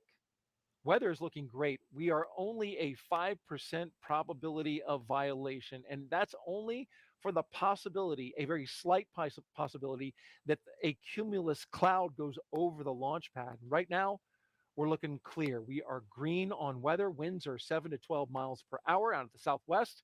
Temperature is a comfortable 72 degrees. And the weather in the ascent corridor is also good to go in case there were abort. Can't ask for better weather conditions than this, Raja. Yeah, this is a great night for a launch, and let's hope the vehicle stays on progress. Like you mentioned, right now, the next big thing will be when they arm the LES, but before they do that, they'll have to clear out the crew arm. So we saw, like you mentioned, the hatch seal's been checked, and now they're closing out the white room. They'll evacuate the closeout crew, and then that will be when they let the crew know that they're ready to arm the LES before they can start prop loading. You mentioned the Falcon engineers. So like the F9 team is really kind of taking the prime role right now, monitoring the systems, getting ready to make sure it's ready to actually start to load the prop on the vehicle. And the reason they do it on the vehicle, it's because rockets rockets are hard, as it turns out. Getting space is hard, and so your mass margins, the weight is so critical. So you really want to wait until the latest you possibly can to put the gas on the vehicle, because it's cryogenically cooled. I mean, it's super cold, and so it starts to boil off. And so the less amount of time it's on the rocket, the more gas you have. And so you want to wait until as late as you can, but also have enough time, obviously, to do it and get to space. So the longer you wait, and it's a balance of wait as long as you can, but still have enough to get it all on board, and that gives you the most gas to use to get into orbit, and then have gas to get to the space station. And SpaceX using super chilled, highly densified liquid oxygen that, as you say, you get more performance out of it the later they load. Currently, we're at 1 hour and 27 minutes and counting, looking at Launch Complex 39A and the Falcon 9 rocket, a new booster on this one, along with the Dragon Endeavour. The booster 1078-1. No soot on this one, so it didn't return from a flight. They're going to fly it for the first time for Crew-6. It's in good shape and ready to go. Dragon will fly its next 4-person crew to the International Space Station. The astronauts that are inside are Commander Stephen Bowen. He's in seat number 3, pilot Woody Hoberg, and mission specialist Sultan Al-Niyati and Andrei Fedyaev. And you can see they've got their visors up. We talked before about they'll leave their visors up until they arm the LES, or the launch escape system, just to be a little more comfortable. And you did mention we had actually the opposite configuration for Crew 3. We had a new capsule, Endurance, and then a reused booster. But today, like you said, the fleet-leading Endeavour capsule and a new booster, a new first stage. And one of the cool things we get to see, while the launch coverage, the folks here at actually KSC, the launch coverage is on the capsule, but the other thing that happens with the SpaceX launch is that first stage coming back, which is also a cool thing to see, which I haven't seen before because I haven't seen a launch, but I'm looking forward to that today. So I got to enjoy the ride in the Falcon 9, but never actually saw what happened the first stage on my launch. Well, just read the instructions. That's the ship, the autonomous drone ship. It is a landing platform that is out in the Atlantic Ocean right now, several hundred miles offshore, and it will be receiving, as you mentioned, that first stage booster. And we'll see that in our coverage as it comes back down to Earth. And of course, SpaceX has had great success lately with landing that first stage booster, and then they'll put it right back in and get it refurbished and put it into the cycle of boosters for flight. Yeah, it's impressive, the cadence that we've seen them develop with how quickly we can recycle the boosters. And actually, it's funny, the capsules takes about as long to recycle as it does for us to rehab. So my post-flight rehab was about 6-ish months to kind of feel back to normal. And it's about the same time Endurance launched again onto the space station with Crew-5. So it's up there now. So about the time I had my bone density and muscle all back was the same time that the capsule I rode in was ready to go, new heat shield layers, and ready to blast off. So it's kind of cool. The person and the machine are both refurbished. Yeah, you were mentioning when you came back from space, you had to get acclimated, and there was an adjustment period. Yeah, absolutely. And it's kind of different phases. When you'll see, like when Crew-5 comes back here in a few weeks, you'll see them take them out of the capsule on gurneys. It's difficult to walk and maintain your balance. You can, but it is easy to tip over. And so it takes a few days for your vestibular system to reset, about a week for kind of your balance and stability, and then potentially a few months for some of your full strength to come back. When you're in space, you get to bring some personal items with you to kind of remind you of home, right? Each Crew-6 astronaut is allowed to bring a few personal items for the roughly 6-month stay in space. And so here are a few of the items that they are taking up for Crew-6. Sultan Al-Niyati said he's bringing a kimono, the traditional training attire of the martial art jiu-jitsu. He's on all the way far right of the screen. He's also bringing some small toy rockets from the popular European comic Tintin. Andrei Fedyaev is taking his family photos and some pins he plans on bringing back and sharing with his family. But for the astronaut right there, the second from the left, Woody Hoberg, he's bringing one simple item, and that's a photograph with deep personal meaning to him. terms of personal items, mine's simple. Unfortunately, over the summer, I lost my father, and so I'm just bringing a photo of him that means a lot to me. And I wish he could come along with me, but at least I will be bringing him along with me. So. And here is the photo that he's bringing. Woody says it's a picture of his dad, Jim Hoberg, finishing the Boston Marathon and leaving it all on the course. Jim Hoberg, along with his wife Peggy, raised Woody and his brother in Pittsburgh, Pennsylvania. He was an electrical engineering professor at Carnegie Mellon University, where he was known for his exceptional teaching. He was 75 years of age when he passed away last year. Woody says he will remember his father for always showing up and for his relentless pursuit of truth.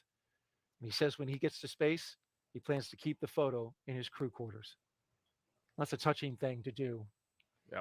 And an honor for his father. And I think just all the more reason we're proud of the turtle's name is Woody's dad is why Woody is Woody, right? So it's just like all of us. And yeah, it was sad for that to happen while he was in training, and I'm glad he's able to take him with him to orbit. Now, you mentioned that you actually brought some items aboard, and we actually have some of them, some of the things from your flight kits. I want to take a look at that. So basically, in the Dragon, you have about a shoebox size of stuff that you can bring, the crew can bring things. So I brought some show and tell.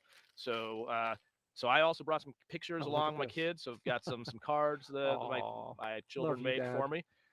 So all in all, just like Woody, all these things wound up in my crew quarters on the space station. This went to space. This all went to space. This is my my PT gear from the Academy, the Air Force Academy. Okay. And people accused me of buying one, but it's legit because it's still got the stamp with like the laundry stamp. Yeah. So that's the real deal. That's it doesn't fit. I think maybe the shirt shrunk over the years. I think is what happened. That's what I tell myself. My wife's gonna kill me, but I'm not supposed to show this. Oh, this is my space retainer. Because so I had braces when I was a kid, and now that I'm a dad having to think about braces for my kids, I know how expensive it is, and I didn't want to have to get braces again, so I took this my is costly. This is my space retainer. Yeah. You don't want to have to redo braces. Exactly. No. So So those things floated around in space these and were in your mouth. my mouth. Yeah. A turtle patch. Of course. So that's pretty typical for bring patches, things like that. My wife made me. I had several cards for different days of the week, so care package style cards. Really, So, for every not every day. Okay. But this was like any Thursday card. Oh, that's sweet. So like most things in my life, she's better than me, so she thought of that.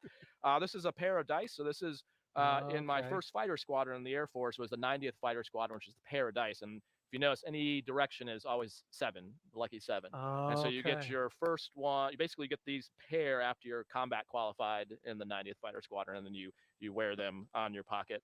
And then an RMO, which stands for round metal object. We avoid saying the word COIN in the Air Force. It's tradition because when you say the word, that's a challenge to someone that they have to have it. So we use the acronym RMO, but so this is our Crew 3 one, our Crew 3 patch, and then our Expedition 66 patch on the back. Hold that for a second. That was really neat. You helped in the design of this with the fire coming out of the Dragon. Oh yeah, with the Dragon. Making the 3. Exactly. Yeah. So the Crew 3 patch has the 3 and then the Dragon, like the head of a dragon in the flame. And people do point out this is you wouldn't want to actually see flame.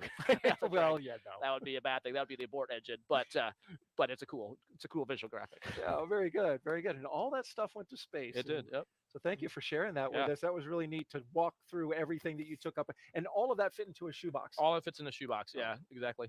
All right. Well, thank you so much. In space, it floats out, so you got to be really careful to keep track of it all. Right. You mentioned, the crew patch, and so on that note, every NASA space flight going to station has a mission patch designed by the crew, and this is Crew-6's mission patch. And what you'll notice right away is the wooden Dragon ship with a dragon figurehead. That's because each Crew-6 member has an affinity for seafaring vessels. How about that? And check out the anchor. It's the International Space Station sitting right there on the ship. Lastly, the sail, Crew-6 says, represents the 3 planetary bodies of the Earth, Moon, and Mars. And you can see the Earth in blue, the Moon in gray and white with the number 6, and then the ultimate destination of NASA's Artemis program, the red planet. That's a pretty cool design. Very cool. Yeah. The cool thing about patches, there's always so much hidden meaning in it. It's all the subtleties and the themes, even down to the colors and the number of stars, all that it goes into it. So it's always a fun thing to design a patch and kind of pull in a little bit of each person in the crew into it. And you work very closely with the artist that designed your patch, and every astronaut does, right? We do. Yep. Yeah. So the JSC helps. We had a known artist. I'm not sure if I'm supposed to say his name, but basically did it pro bono for us that helped out, which was super super grateful for that. But you're exactly right. We would kind of have some ideas of like some themes, and you kind of iterate on that with them. And the same thing. So there's the crew patch, and then I think Courtney mentioned earlier when they get to the space station, they'll be part of Expedition 68, which also has a patch, and then they will also be up there for Expedition 69. So they'll have usually have a vehicle patch and then a expedition patch. Raja, full of so much exciting information here and insight into what it's like to be a NASA astronaut and to fly this Crew Dragon, go up to the International Space Station. So we want to ask another social question. Send them all in: Facebook, Twitter, Twitch, and YouTube. And here's a question from @11B. Does the 2+ hours in the seats prior to launch go slowly, or is the level of activity such that time passes quickly? It's a good question. So I would say it actually goes pretty quick, because what they're actually doing, and you can see actually all of them are tapping away at screens there, even though the crew's not right now, they're waiting for the closeout crew to finish up, and the F9 team is doing most of the work. What they are doing is kind of walking through all the displays, and we call it chair flying, going through the sequences and actually kind of talking through some off-nominal events as well. And so they're using all this as rehearsal time, because now that's the actual day of, there's different things that will be specific to the weather in terms of what egress set you might go to. And we mentioned before, like what's the commander's job is kind of like the coach and talking about like, okay, if this happens, remember, and I don't know what their sequence is, but like, okay, Sultan, you're doing this, Andre, you're doing this. And you're kind of just walking through those and mentally talking through all of them. And then what Woody and Steve are probably doing on their iPads is going through the displays they're going to see for the different phases of the launch, the different stages. So they have basically a preview mode on there, and they can talk through, okay, at stage 1A, I'm going to make that call. This is what we're looking for. Remember, we're looking at the altitude tape. So they're basically mentally walking through all the phases, because once it happens, once the rocket lights, it happens fast. That's exactly from the time it lights to orbit's like 8 to 9 minutes. So you can't. It's too late to talk about it then. So you're using all this time to go through all those sequences and talk about, okay, what if we have to, what if the cage of a stage 2D abort, and what are we going to do, and all the different what ifs, because there's different decision paths in each of those procedures, and you're sort of walking through like, okay, if we go down this path, remember, here's the things to remember. So it's just one last training session, if you will. Seems like a lot doing these mental reps and going through, but that really greases you. Exactly, and that's why then it becomes just kind of muscle memory when you're actually in the moment. Then. All right, we have another question. Joab MSM asks, what does an astronaut do for NASA while they are not in space? I'm glad you asked that, because that's one of the things I try to harp on the most when I do public affairs events is most of our job is not flying in space. Of course, we all love to fly in space, but for example, Tom Marshburn, who was my pilot on Crew 3, he was in the office for 28 years and spent about a year and a half in space, but that's not much time compared to the 28 years in the office. So most of our job is all the development and engineering and science work for all the programs that are going on. So right now, Artemis is what we're all working on.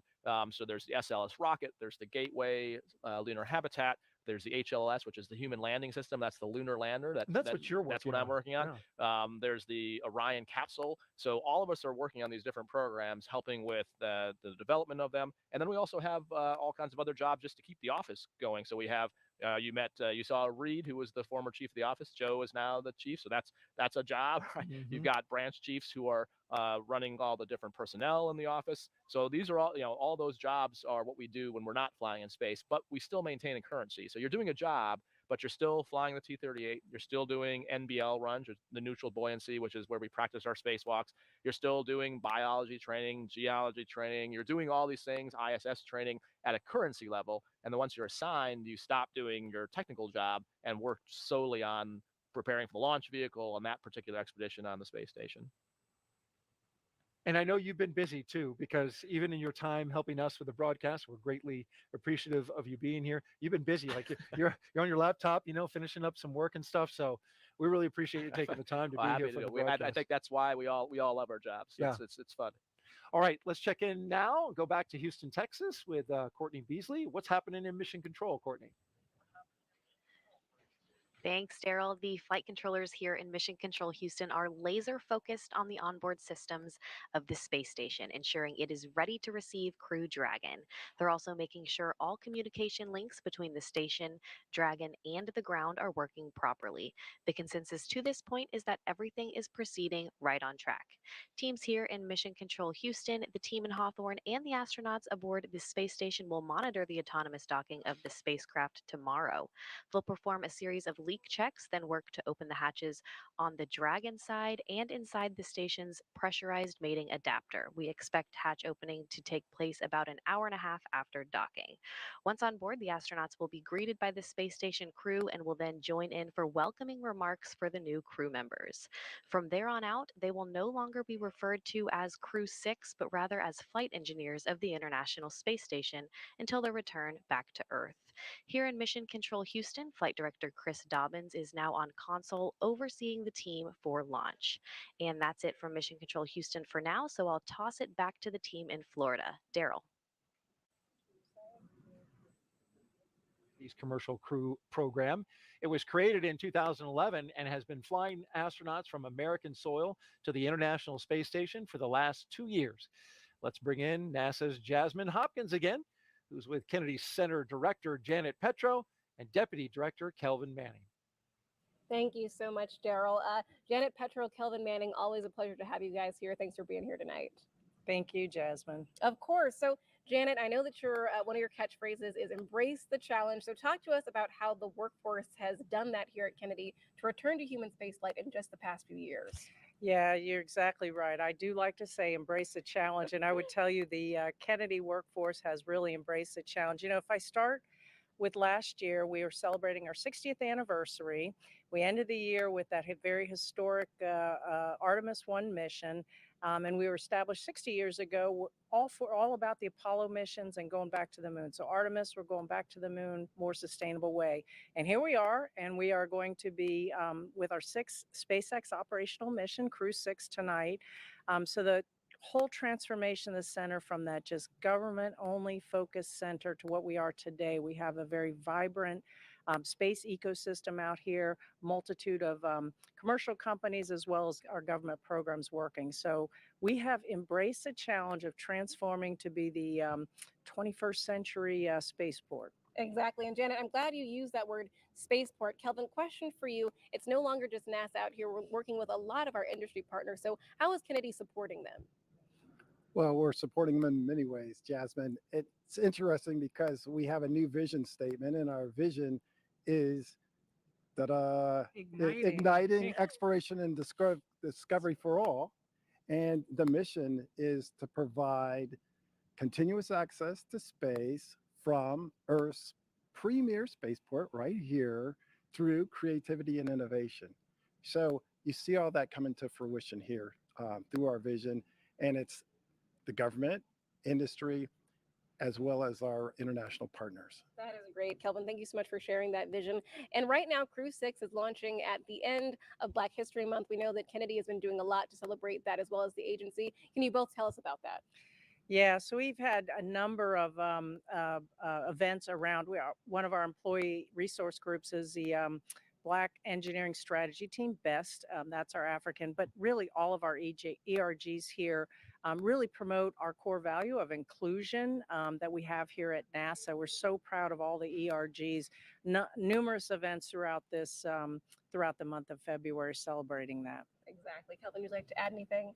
Oh, sure. So, by the way, Kelvin's our champion for BEST. Oh, executive fantastic. champion. Executive champion. That's correct. And through diversity gives us innovation. You know, people with different backgrounds, different thoughts. We want to be inclusive, like Janet said, and through diversity, we get that innovation that helps us solve the agency's challenges. And we've got a lot in front of us to return to the moon and onto Mars. Exactly. And one last question. Last year, we had 57 launches from Cape Canaveral. This year, we're slated to have over 90. What do you think of that fury of launches coming for us, Janet? It really is amazing. You know, the year before last, it was 31, 57, 94. We're going to be well over 100 in a couple of years. And all of across the center requires the support for every single launch, whether it's on our property or if it's on the Space Force property. Together, Kelvin talked a little bit about those partnerships. We work together to make all those launches successful, whether it's commercial, whether it's a government launch, a national security mission. We all work together for that. So we're busy, busy, busy. You know, I thought we were really busy for Artemis at the end and 57 launches this year. We're even going to be more busy, if you will, supporting all those launches. But we are incredibly proud of what we have accomplished at the spaceport. Couldn't have imagined it 10 years ago that we would be at nearly 100 launches in the decade from the last shuttle launch. So incredibly proud of the entire Kennedy workforce. Exactly. Busy is the right word. Kelvin, anything last to add? Sure. The cool part is we have commercial partners out here that haven't launched yet. So we tell people we're just getting started. So it's very exciting. Right. No, that is perfect. We really are just getting started here at Kennedy. Always great to have both of you here tonight. Thank you, Jasmine. Of course. Thank you. Daryl, back to you. Thank you, Jasmine. And if you're just joining us now, welcome to the Kennedy Space Center in Florida and NASA's live coverage of the Crew-6 launch to the International Space Station. I'm Daryl Nail. I'm joined by Raja Chari, a recent flyer on Dragon. Crew-3, the commander. Glad to have you here. Thanks. It's glad to be here, and it's getting close. The rocket's looking good out there. It sure is. We've run down through a few milestones already. We've gotten to a critical part where we are awaiting now the launch escape system to be armed, as well as the fueling of the rocket. Leading up until that point, we've had the crew go into the spacecraft that you see right there. They were helped by our closeout team. The umbilicals were attached, which provide breathing air and communications to the astronauts. They did their suit leak checks. We saw them pressurized and then depressed. And then the comms checks were completed with the core, the crew operations resource engineer with SpaceX, and the launch director. And now we are standing by for those next big milestones. And in the meantime, we've been taking your questions from hashtag AskNASA, all of them from social media, YouTube, Twitch, Twitter, and Facebook. And we've got a question coming up for us right now on the screen for Raja. And from Twitch asks, how long will the crew stay on space station? Well, it varies, but generally the expeditions are about 4 to 6 months. It can change a little bit depending on the traffic flow. The space station is sort of like a giant bus terminal in the sky with vehicles coming and going. So yeah, Crew-6 planned about a 6-month stay. When I was up there, Mark Vanderhyde did a year-long mission. Then Frank Rubio, who's up there now, will also be about a year-long mission. The reason we're trying to go longer and learn more is as we go to the moon and Mars to stay, we really want to make sure that we understand the effects of the human body on long-duration space flights. Very good. Another question. Mr. Beast from YouTube asks, what will they be working on during their 6-month stay on the ISS? Also, why will NASA's coverage of the mission switch to an audio-only feed after ascent? Well, I can help out with the audio-only feed, but you want to answer about what they're going to be working on? Sure. So the big answer is science. And so the ISS is a national laboratory in the sky. And it's specifically, we do research that can only be done in microgravity. You heard Dr. Kurt talk a little bit earlier about some of the things specific to their increment have to do with some tissue chip research. They're going to do some swabs on the outside of the space station, which is the first time we're going to have done that, to see if microbes from our human body. So we bring along as humans this whole, all this stuff that comes off of us. And one curiosity is from a planetary protection standpoint is whether we would be contaminating the outside of the space station and what implications that has for the moon and Mars. They're going to be doing some more plant research. So I would say, we understand how to grow plants in space, but it takes a lot of crew time to do it.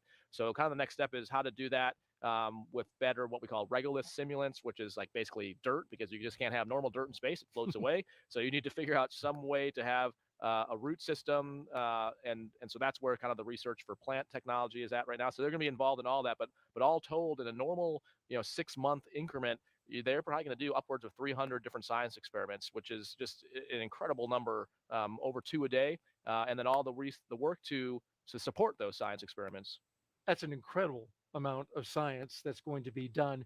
Now, with regards to the second part of that question, why will NASA's coverage of the mission switch to an audio only feed after ascent. Now, traditionally, we've done video the entire time, but that is correct. We are going to switch to audio only after the ascent portion of the flight. And that's because the length of the crew's transit to the station, which is 24.8 hours, we elected to maintain commentary on mission audio circuits during the lengthy period of non-activity and while the Dragon crew is asleep. So we are continuing coverage nonstop and will resume NASA TV coverage on Monday night prior to the start of critical rendezvous operations. But in the time in between, we're going to allow you to hear the mission audio, that critical communication between the ground and Dragon. If there is any, we'll keep that up live, but we won't have a commentator speaking to it.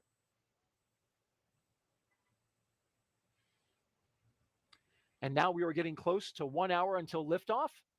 This day is the continuation of regular crew flights to the space station from U.S. soil. T-minus 1 hour and 2 minutes and counting until SpaceX's Crew-6 mission, which will be the company's 6th crewed space flight for NASA, following the crewed test flight of Demo 2 and 4 previous operational crewed missions to the space station. It will also be SpaceX's 8th crewed space flight overall, and that includes the private missions, Inspiration 4 and Axiom 1, which visited Raja while he was on board station. Today, our crew is flying on board Dragon Endeavour. It will be the 4th flight for this capsule, and it will be taking a ride on a brand new Falcon 9 rocket that you see below it. We've had a great countdown so far. We just got a report on the weather, and it's just spectacular out there, both at the pad and then the corridor weather also looks great, according to our friends at JSC. So they're doing some final pad wind evaluations, and it's all coming together, releasing some balloons, getting those final wind data in the upper parts of the atmosphere. And so far, everything's looking good. We're getting a little bit of a breeze now, Dragon which is SpaceX keeping the cycling bugs cargo off us, tank which is isolation nice. valves to equalize low flow pressure.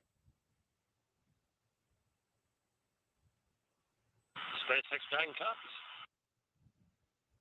And so the reason they tell them, so there's nothing the crew's actually doing for that particular call, but they let the crew know a lot of those valve openings and closings because you can actually hear it and feel it inside the vehicle. You can hear the funk or the clunk, and so it's good to know that's about to happen so you don't just hear something happening in your vehicle without, otherwise it'd be a bit discomforting to hear a big metal shank clunk without knowing if that's supposed to happen or not. It's a good heads up by SpaceX to let the astronauts know what's coming. So with about an hour to go until liftoff, things are really going to start picking up, as you've already noticed. We'll get close to the go, no-go pole to arm the launch escape system and then, of course, begin the propellant loading. The crew poll for readiness happens at T-minus 60 minutes in just a few seconds. And then the Dragon poll for prop load is at T-minus 55 minutes. From there, at T-minus 45 minutes, there will be an internal mission control Hawthorne poll, and then the launch director's poll for propellant loading.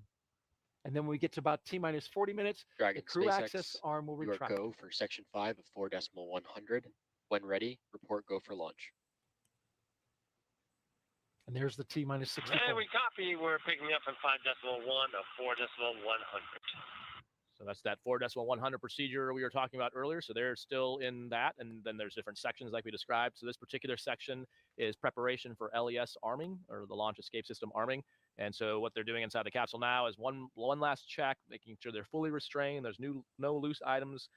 They may have had their feet out of the boot restraints just to relax and stretch out their legs. But at this point, they're going to be putting them all in. And the reason is, once the launch escape system is hot, it's just like an ejection seat. The whole thing can fire. And so you want to be fully restrained, fully in a position where if it did basically pop the capsule off, that you're not going to get injured doing that. And it's armed prior to launch because as soon as we start putting propellant in the Dragon, you want the ability to basically have that system active. And when we get to about T-minus 40 minutes, the crew access arm will retract, and the crew will get the call to close their visors and to arm the launch escape system. This is the automated safety system in place that can fire the 8 Super Draco thrusters on Dragon to quickly separate the crew from the rocket, either on the pad or during flight on the ride uphill. And then once we reach about T-minus 35 minutes, propellant loading for the Falcon 9 will begin.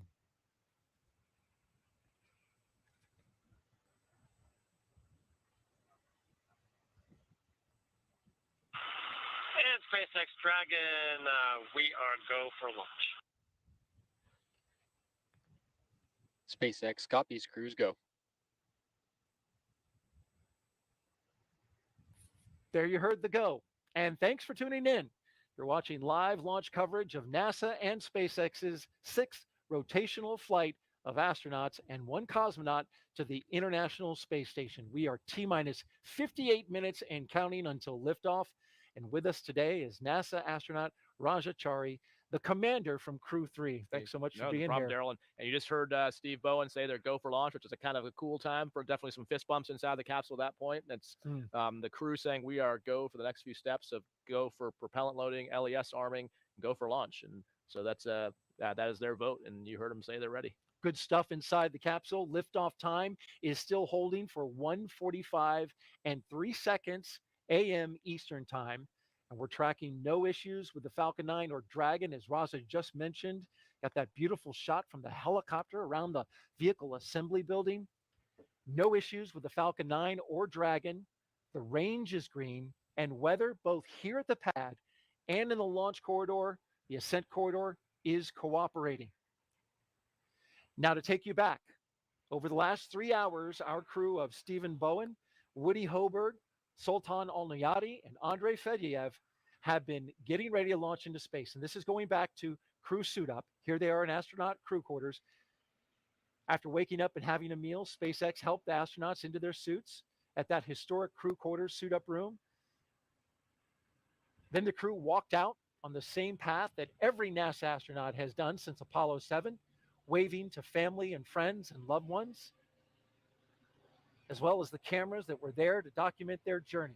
After getting inside their Teslas, new ones, colored black, they joined a caravan led by Center Security on a 20-minute ride to the launch complex 39A.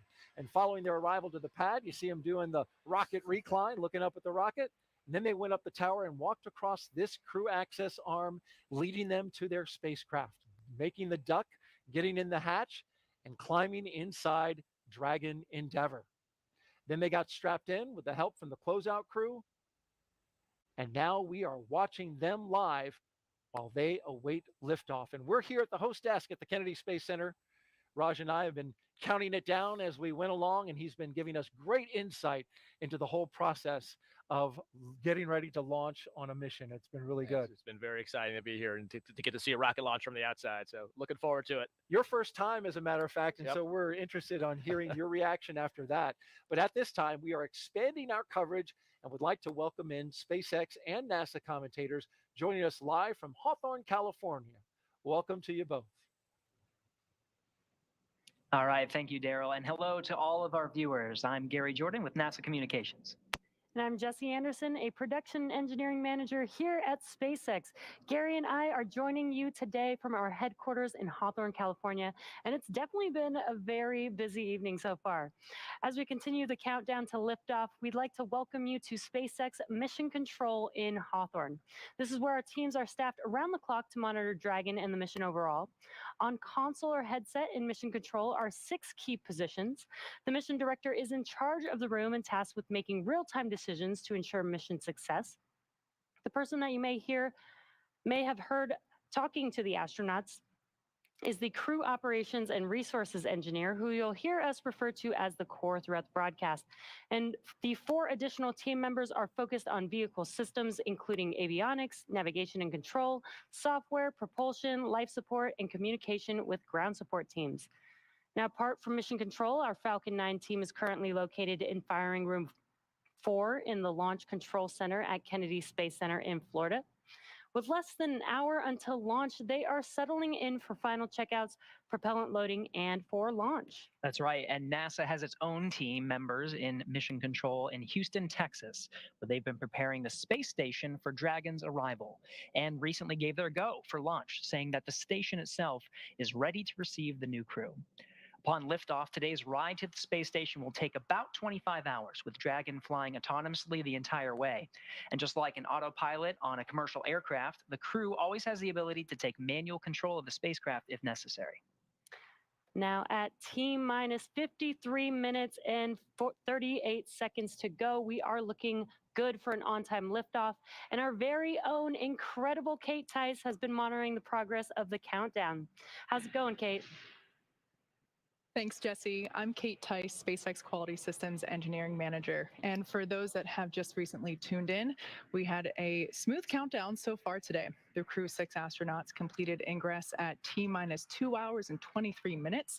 And since then, the teams have completed the required comm checks, suit leak checks, and side hatch closure, as well as its associated leak check. As for Falcon 9, our two-stage reusable rocket, final propulsion checkouts of first and second stages of the engine began a few minutes ago in preparation for propellant loading. Now that involves testing and cycling the valves and engine pneumatics for pressurization. At T-minus 45 minutes, the team will report their readiness for prop load with a final electronic go, no-go poll. But before we can start loading propellant on the Falcon 9, we have a few tasks to perform. First, we need to retract the crew access arm away from the Dragon capsule to its launch position. That will happen between T-minus 44 minutes and T-minus 42 minutes. Then with that crew arm out of the way, the launch escape system will be armed. Once those two events are complete, Dragon will be ready for Falcon propellant loading.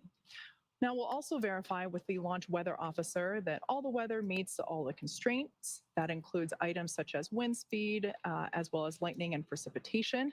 However, for tonight, we expect acceptable weather conditions for launch, both at surface level and upper altitudes. As we reported earlier, the possibility of violation for all of those criteria is only 5%.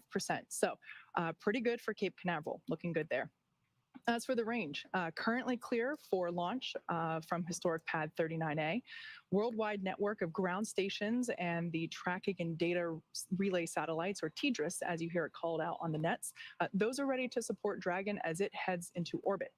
Today, we have an instantaneous launch window at 1:45 a.m. Eastern. Once we begin propellant loading, there is no opportunity to change that T0. The timing for Dragon to rendezvous with the ISS is incredibly precise down to the exact second. So therefore, we only get one chance to go to space today. But at good news, at T-minus 51 minutes and 5 seconds, we are good for launch. Good to go. Great to hear, Kate. Today's launch marks the 6th time a rotational crew will fly on a commercial spacecraft. And much like our previous crews, today's crew has been training with our teams at SpaceX for the last several months, running nominal and emergency simulations of what the full mission will look like while seated inside of Dragon. And as with every mission, each one of our crew members brings a diverse set of experiences to today's flight. That's right. And we'll start with the mission's commander. Steve Bowen was born in Cohasset, Massachusetts. He holds a bachelor's degree in electrical engineering from the U.S. Naval Academy and a master's in ocean engineering from the Joint Program in Applied Ocean Science and Engineering at MIT and Woods Hole Oceanographic Institution. In July 2000, Bowen became the first submarine officer selected as an astronaut by NASA. This will be Bowen's 4th trip into space as a veteran of 3 space shuttle missions, STS-126 in 2008, STS-132 in 2010, and STS-133 in 2011. Bowen has logged more than 40 days in space, including 47 hours, 18 minutes during 7 spacewalks. As the mission commander, he'll be responsible for all phases of flight aboard Dragon, from launch to re-entry. Warren Woody Hoberg is from Pittsburgh, Pennsylvania. He earned a bachelor's degree in aeronautics and astronautics from MIT and a doctorate in electrical engineering and computer science from the University of California, Berkeley. He is also a commercial pilot with instrument, single engine, and multi-engine ratings. The mission will be Hoberg's first flight since his selection as an astronaut in 2017. As pilot, he will be responsible for spacecraft systems and performance on Dragon. Sultan Al Niyati will be making his first trip into space, representing the Mohammed bin Rashid Space Center of the United Arab Emirates. Aboard Dragon, he'll serve as a mission specialist, working to monitor the spacecraft during the dynamic launch and re-entry phases of flight. He spent time in the UAE military prior to becoming one of the first 2 individuals selected by his country when they started their space program just a few short years ago in 2017. Al-Niyadi will be the first UAE astronaut to fly on a commercial spacecraft. Andrei Fedyayev will be making his first trip to space and will also serve as a mission specialist monitoring the spacecraft during the dynamic launch and re-entry phases of flight. He was selected as a cosmonaut in 2012 and will be the second cosmonaut to fly aboard a SpaceX Dragon. Each of these crew members will be a part of Expedition 68 upon their arrival to the International Space Station. Now let's head back over to Kate for another status update on the countdown. How's it going, Kate? Thanks, Jesse. It's now T-minus 48 minutes and 5 seconds. The SpaceX launch teams are finishing final review of data from checkouts of Falcon 9 that have occurred over the last hour. The launch director has confirmed with the launch weather officer that weather meets propellant loading constraints. So next up will be to poll the team for readiness, both to load propellant and to launch. Therefore, that will be the final poll that occurs prior to liftoff. The 7 SpaceX responsible engineers, often called REs, indicate that they are go for launch and prop load electronically, voting on the online countdown procedure. The launch director, or LD, as it's called out on the nets, also checks with the Dragon mission director, or MD, as well as the NASA launch manager to make sure that they are ready. Now, earlier you saw the Vehicle Assembly Building, lovingly referred to as the VAB. The Falcon and Dragon launch team, as well as key NASA launch members, are in the Launch Control Center, which is adjacent to the VAB. You have a view of that room there on the left-hand side of your screen. That is Firing Room 4, and they have a view looking straight toward Pad 39A. Now, they're also on your screen on the right-hand side. You can see the Dragon capsule. That crew access arm is still in the service position. Inside the capsule there are 4 crew members looking pretty comfy and pretty relaxed prior to liftoff. As you can see, that crew on board Dragon, they're waiting for the next instructions, which will be to stow the crew arm for launch and to arm the launch escape system. Now, once the launch director gives the final instructions to the launch team, the crew arm sequence will be armed and initiated. Now, we should get a good view of the access arm as it swings away from the capsule, which will take about 2 minutes to completely move out of the way. Checking in on the range continues to be go for launch there. They are monitoring the clearance area around the launch pad as well as the air and sea space around the flight corridor. There at Kennedy Space Center, the weather conditions are predicted to be acceptable for launch. As I mentioned before, only a 5% chance of violating the conditions, which include winds, both upper and launch altitudes, thick clouds, as well as the downrange landing zones. In the unlikely event that an abort is called for in that escape sequence, we have to make sure that the weather for those downrange landing zones is also acceptable. But everything is looking good on the weather front. Now we are expecting that final poll from the LD to occur here in about 20 seconds. So we will pause and listen in for that announcement.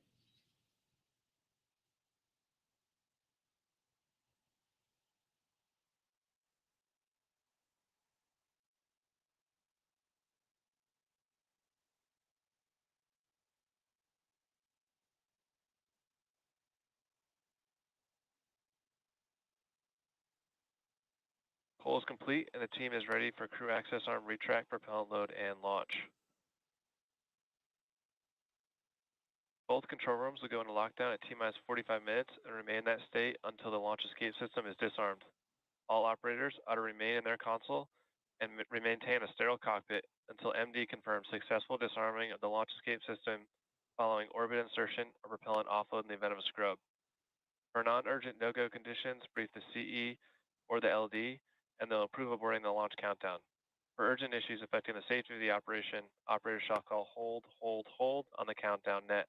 Launch control will abort the launch sequence immediately and proceed into the launch abort sequence. At T-minus 10 seconds, launch control will be hands-off, relying on automated abort criteria for the remainder of the count. Operators advise the launch director whether structural breakup is imminent or occurring per Dragon manual escape flight rules. Launch control, you may proceed with arming the crew arm for movement. Proceeding with crew arm movement.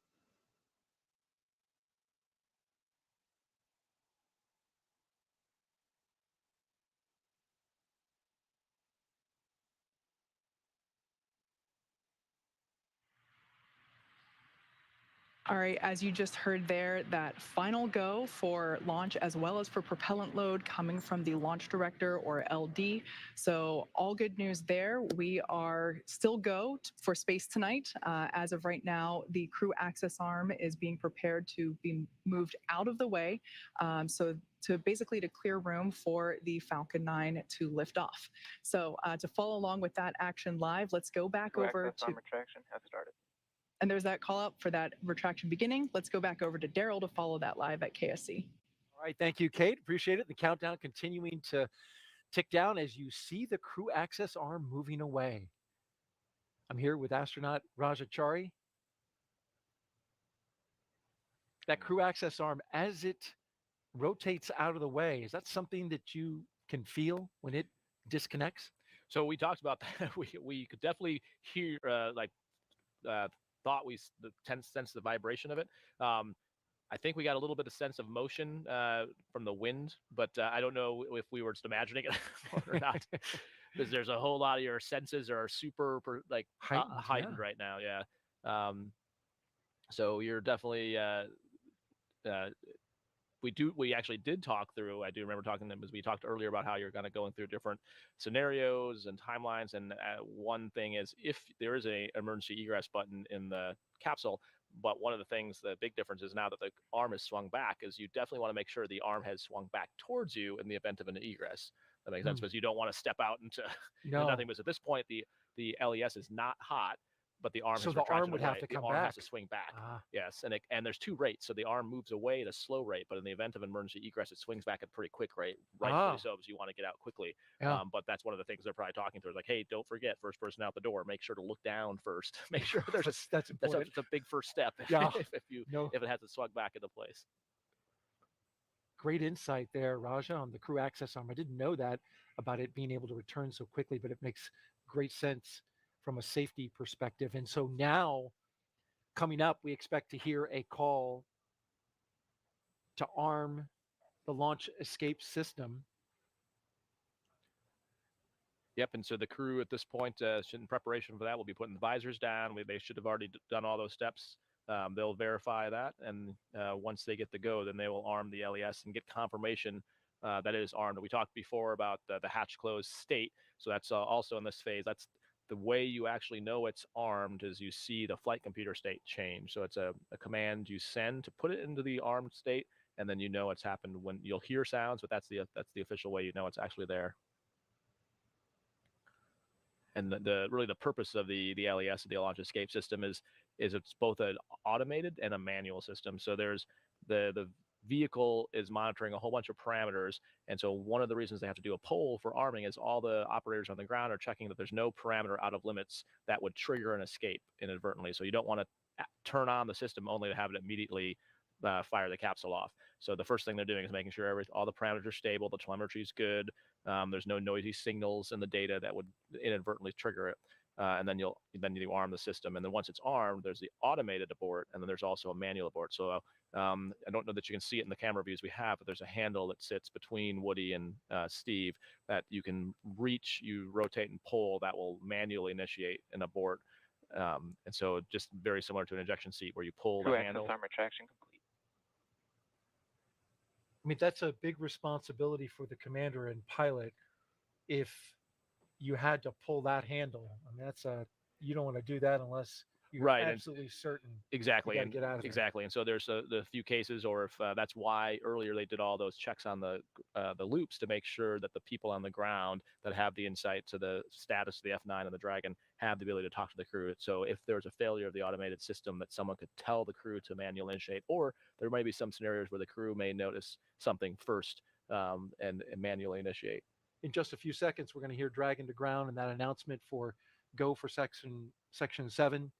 And, Dragon, SpaceX, you are go for section 6. Close visors and arm launch escape system. Okay, section 6. Right? All right, section 6 is in work. I think it used to be 7, though. It is, yeah. So it's a great sign. They're constantly, like we talked about before. SpaceX Dragon visors are closed. Constantly learning and making changes to procedures. Right. Earlier tonight, we saw a lot of work happening in parallel for the first time. So we had a lot of margin left over. And there you can see the white room exposed to the elements outside. SpaceX Dragon arming and launch escape system. Okay, so that's Steve telling them that they're SpaceX copies. initiating the command. Like we mentioned, they'll do it. Actually, you can hear this. You can definitely hear this and feel it in the vehicle. There's some valves that are opening that are to the Super Dracos, which are the engines that would fire to initiate an abort. And those valves are safed until this point. So this command is essentially unsafing those valves. And you can very definitely hear and feel that inside the capsule. Those Super Draco engines you mentioned, Raja, capable of moving Dragon half a mile in just 7.5 seconds, equivalent to a peak velocity of 436 miles per hour. Such a tremendous focus on safety Launch because escape the astronaut system is verified lives armed. are in the hands of SpaceX, and they want to get them out of there as fast as possible if there were to be an It's abort. an impressive system. So actually, we did a flight test of the abort system before Demo 2, and that was impressive to see that thing work. And yeah, just a strong testament. I think one of the key things of the Commercial Crew program of having launch abort systems on both the Starliner and the Dragon, just a testament to how much we've learned over the years of space flight and try to make it as safe as we can going forward. You heard the call from SpaceX confirming that the launch escape system is armed. So the next big thing now that it's armed, now it is safe to start loading prop once they get the go for that.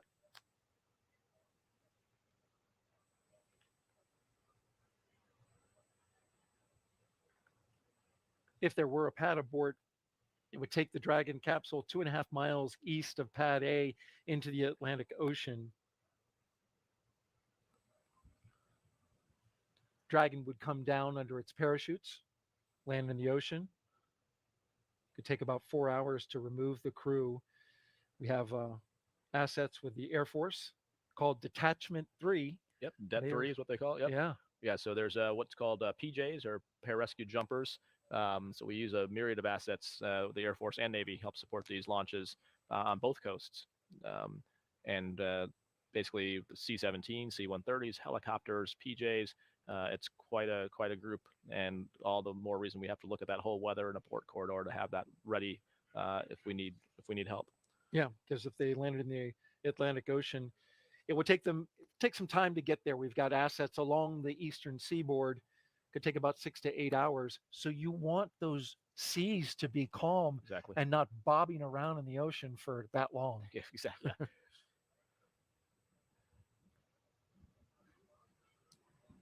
right, we're getting ready to get that propellant load started. And once they start that load, you'll hear them making calls for different phases of load, like the LOX, the helium, different things. And the reason they're doing that is, again, you can hear that and feel it inside the vehicle as different valves open and close. You can hear the sounds of fluid flowing, feel some different vibrations. And so that's why they're calling those, so the crew is aware of if something's nominal or off nominal. If you hear a sound without a call, that could make you worry. So that way you know, like, okay, that's the one that we expected to, that valve was supposed to open or supposed to close. Mm.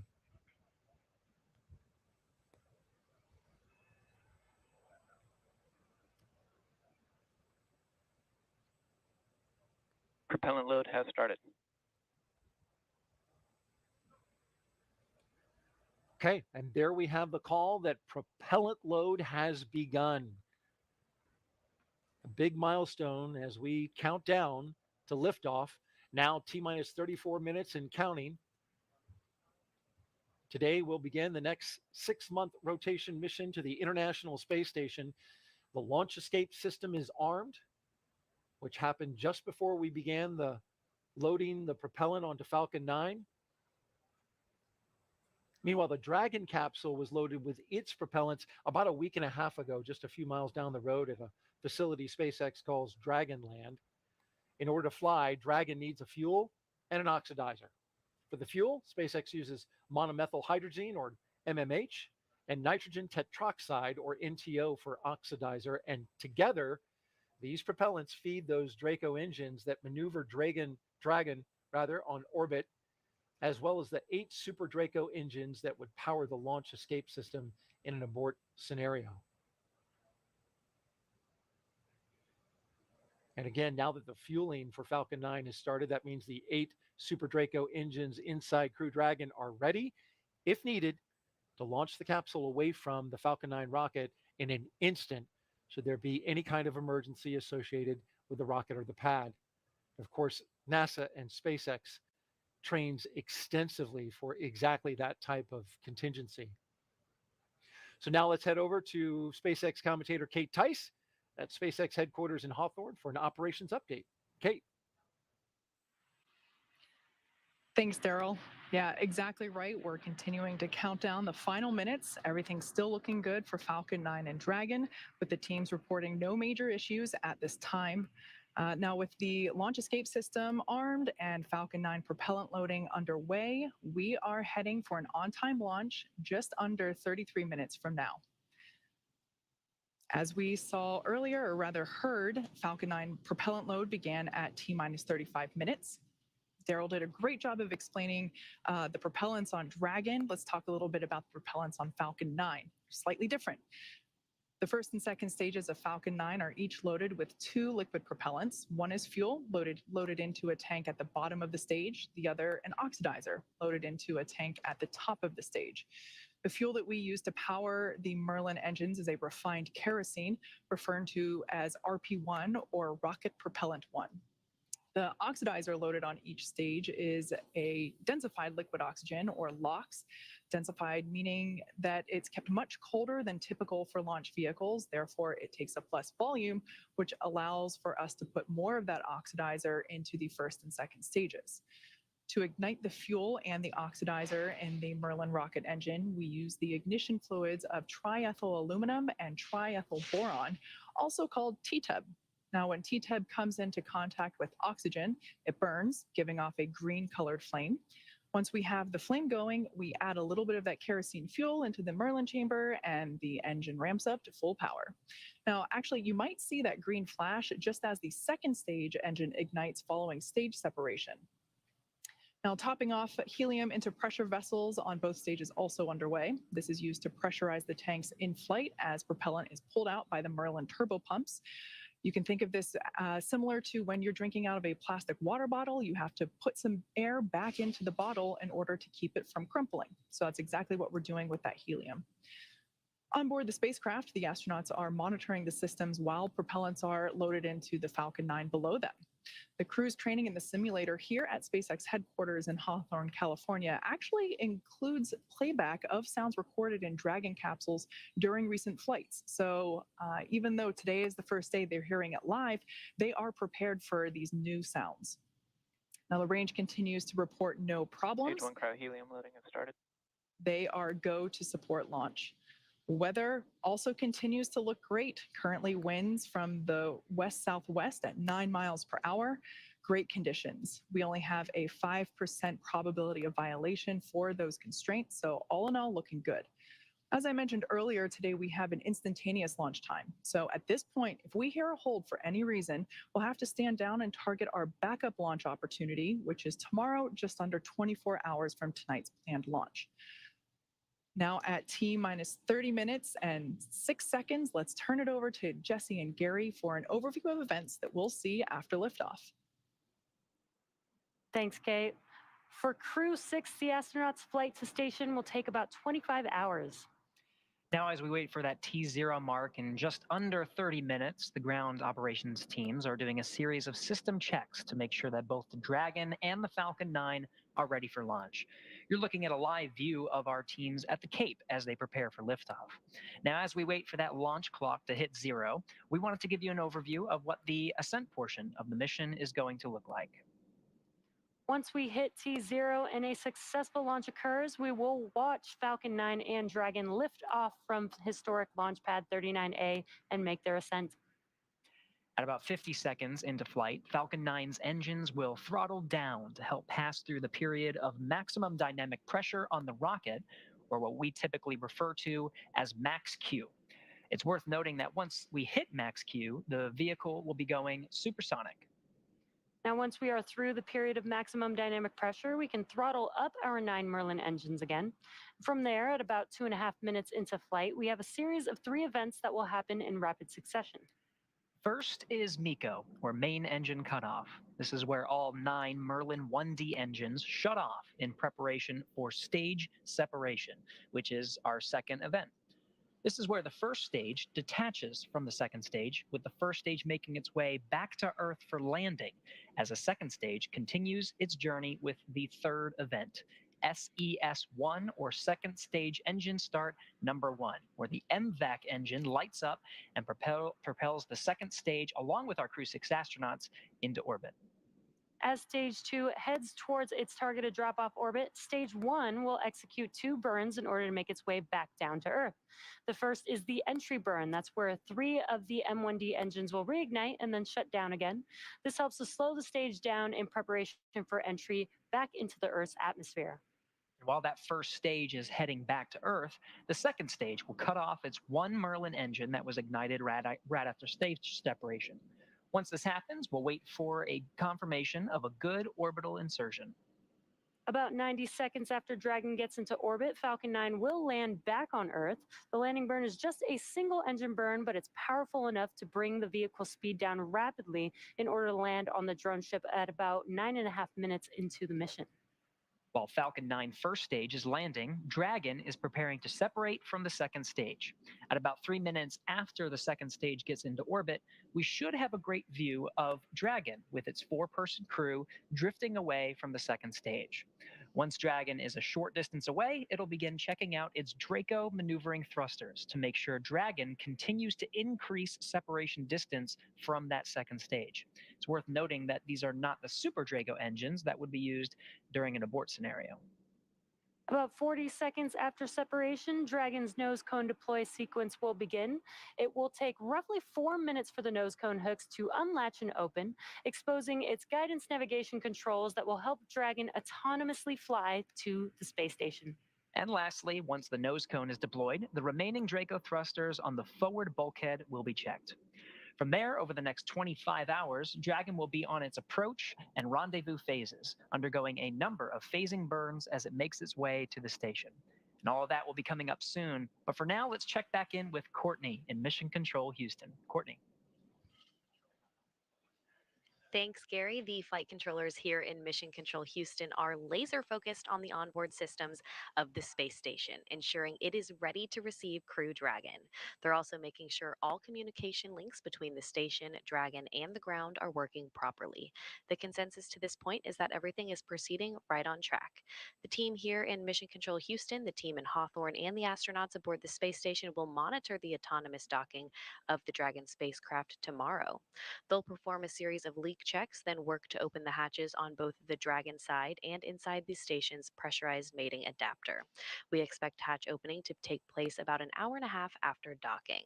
And once on Stage 2 board, the cryo helium astronauts will loading be has greeted started. by the space station crew and will then join in for welcoming remarks for the new crew members. From there on out, they will no longer be referred to as Crew-6, but rather as flight engineers of the International Space Station until their return back to Earth. Here in Mission Control Houston, Flight Director Chris Dobbins is on console overseeing the team for launch. And that'll do it from here in Mission Control Houston, so I'll toss it back over to our team in Florida. Daryl, how's it looking? Thank you very much, Courtney. And we're out here at the Kennedy Space Center. Folks are gathering on the lawn now, getting ready for this launch. And it's a beautiful sight behind us, Raja. It's looking pretty good. It's a great view and looking forward to seeing my first launch and watching another turtle go to space. Yeah, we're going to watch the launch. We're going to watch you. see your reaction. Well, if you're just joining us, we are T-minus 24 minutes and counting now until the 6th astronaut rotation mission to the International Space Station under NASA's Commercial Crew Program. Commander Stephen Bowen, pilot Woody Hoberg, and mission specialists Sultan Al-Niyadi and Andrei Fedyaev are strapped into their seats inside Dragon Endeavour. They're in that capsule right there as the Falcon 9 rocket fueling operation is well underway. The launch escape system is armed, and that means Dragon is prepared to launch itself away from the Falcon 9 in case of an emergency on the pad or after liftoff. So far, operations look and sound as expected, counting down to that liftoff at 1:45 and 3 seconds a.m. Eastern Time. Yep, and we heard the call from the Corps that the stage 2 cryo-helium load had started, and like they described out at Hawthorne, so far what we've loaded is the gas to pressurize the tanks. Around probably about 3-ish minutes from now, we'll actually start the gas itself. So like they're describing, you need pressure to move the gas, and then you need the actual gas in the locks itself. So right now they are loading that helium that pressurizes the tanks, and then the next thing will be the fuel and then the oxidizer. Those inert gases, key to pressurizing those, especially the locks. This mission is the continuation of rotational crew flights to the International Space Station from U.S. soil on private rockets and spacecraft, and it would have been possible without the success of course, NASA SpaceX Demo 2, that test flight, now two and a half years ago. Of course, it was the safe delivery and return of Crews 1 and 2 that got the operational flights rolling. There you can see inside the Dragon. You can see their visors are down and will stay down now since the LES is armed. And you can see they're also not riding or doing anything more at this point with the LES armed. You just have to wait until they're done with that, the prop loading. Yep. And you can see now evidence that that liquid oxygen is flowing into that first stage as it super chills the outer skin of the rocket, and then it condenses the Florida humid air into a little bit of a cloud there.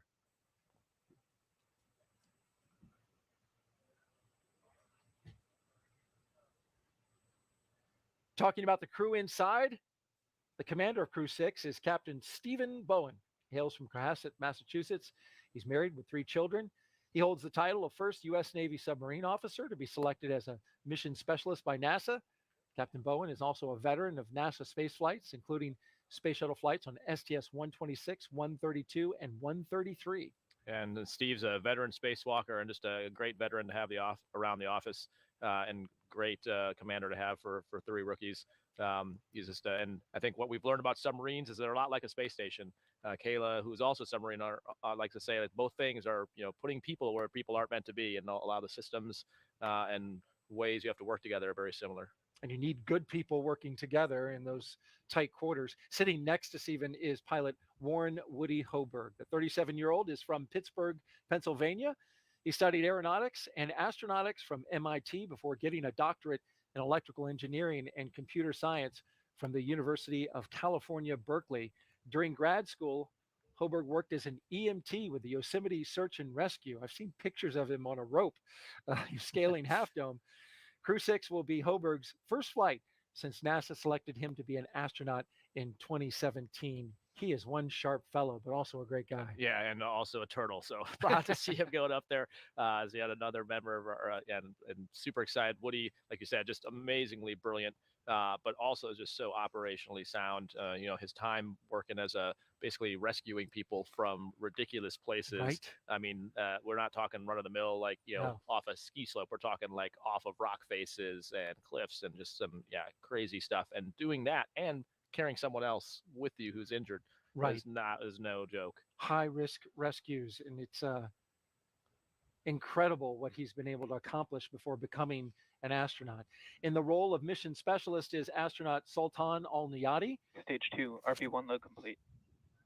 Okay, we heard the RP1 complete in the stage 2. Stage 1 will continue going all the way down to around T-minus 6 minutes.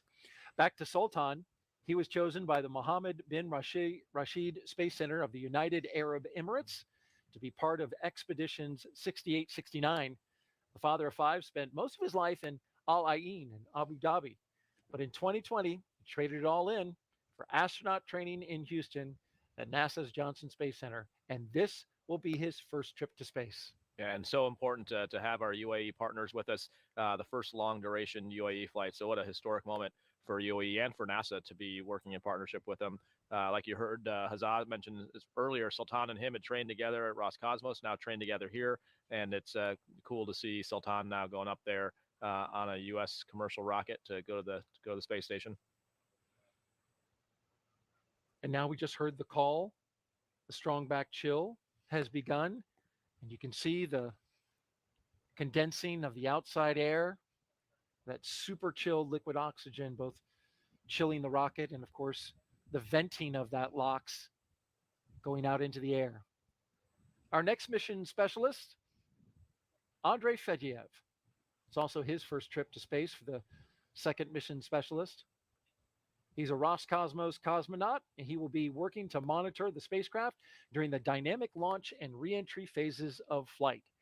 He will be a flight engineer for Expedition 68.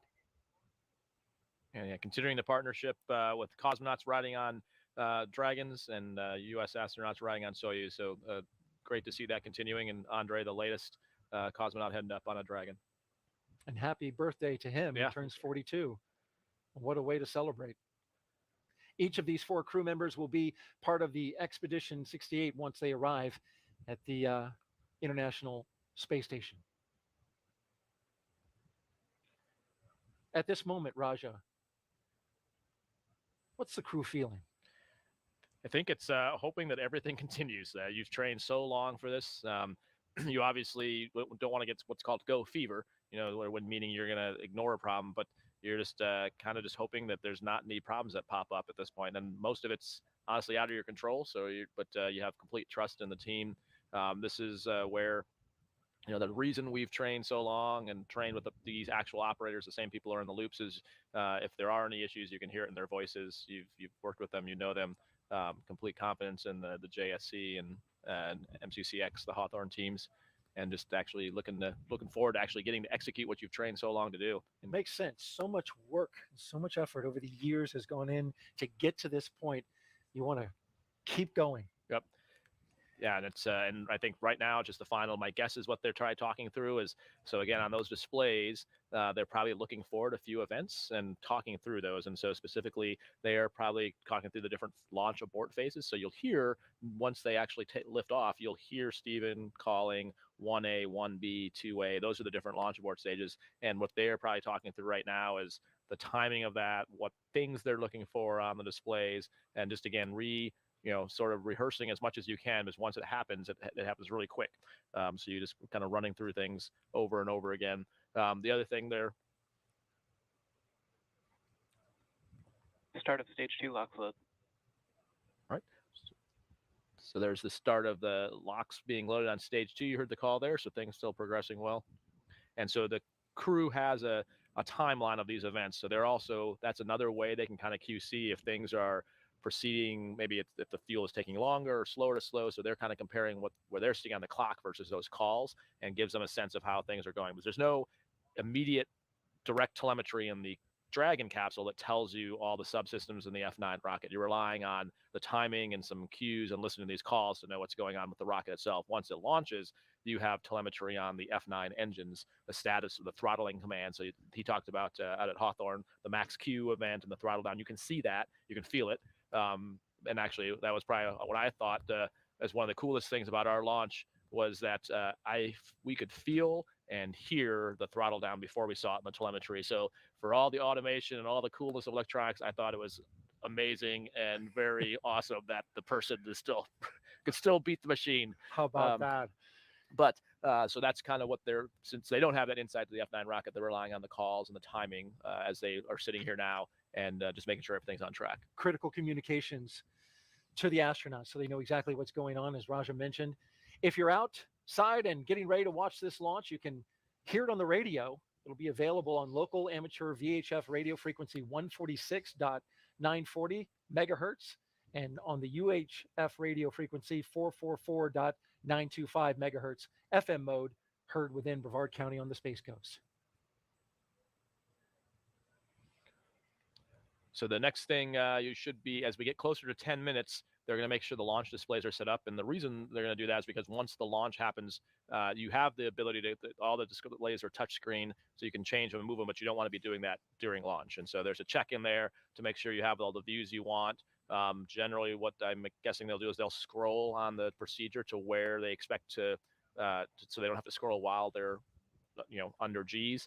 They'll make sure that the mission specialists have the views that they need. You can see Andre's actually reaching up there right now. So they'll kind of check to make sure that their line of sight is not obstructed.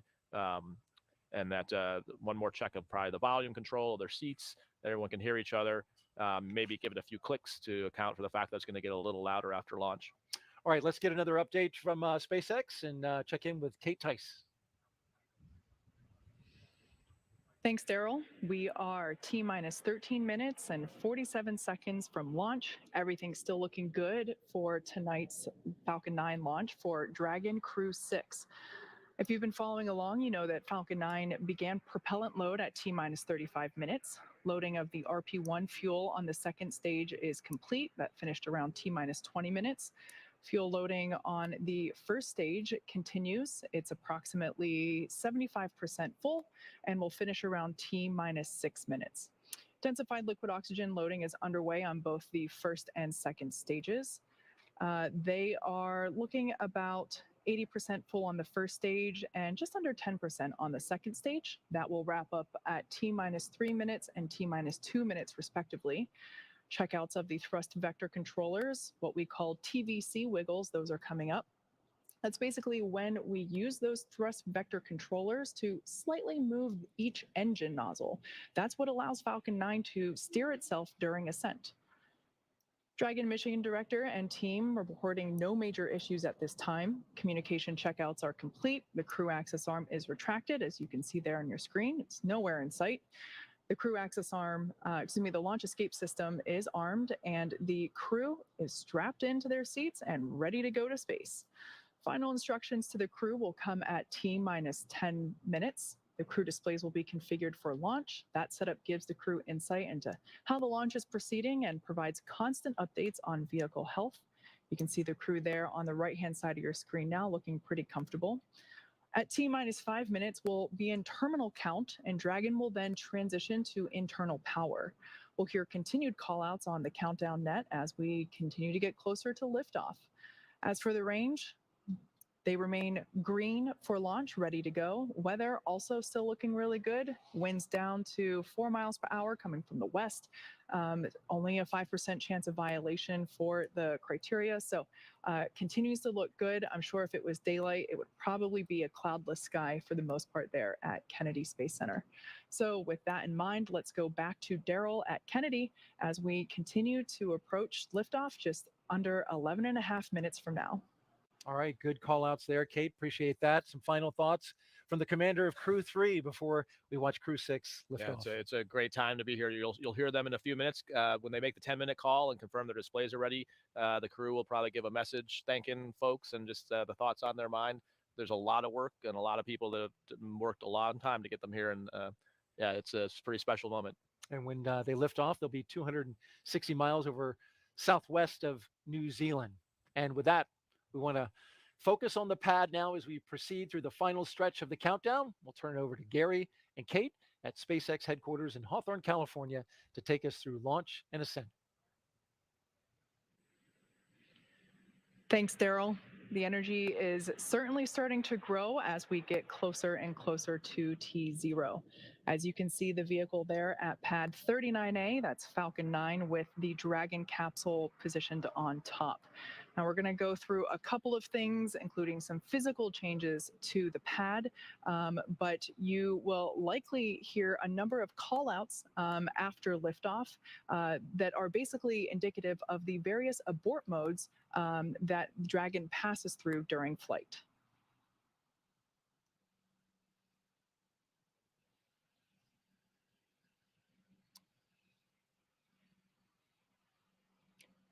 Now T-minus 10 minutes. Dragon SpaceX, confirmed crew displays are configured for launch. SpaceX Dragon crew displays are configured for launch. SpaceX copies. On behalf of our entire team at SpaceX, we are honored to have you aboard Dragon Capsule Endeavour today for its next trip to the International Space Station. We wish you a great mission, good luck, Godspeed, and enjoy the ride. Thank you very much for those kind words. We'd like to thank all the trainers, technicians, engineers, decision makers, and planners who have defined our mission ahead and trained us and given the faith in us to execute that mission. And Crew 6 is ready to launch.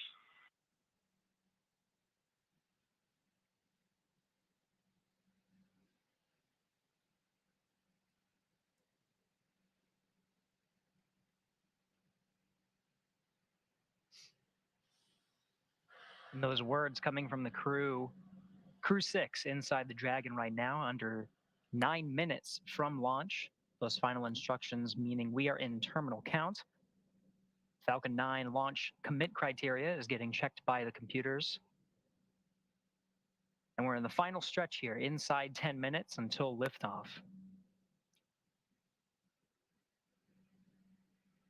Kate was mentioning a series of number and letter combinations that you'll hear upon ascent once we get to that point. That'll be those different abort modes that we'll be tracking throughout the ascent. There's an Alpha and Bravo on the first stage, and there's 2A through 2E on the second stage as we track it up the eastern seaboard. Right now coming up on T-minus 8 minutes.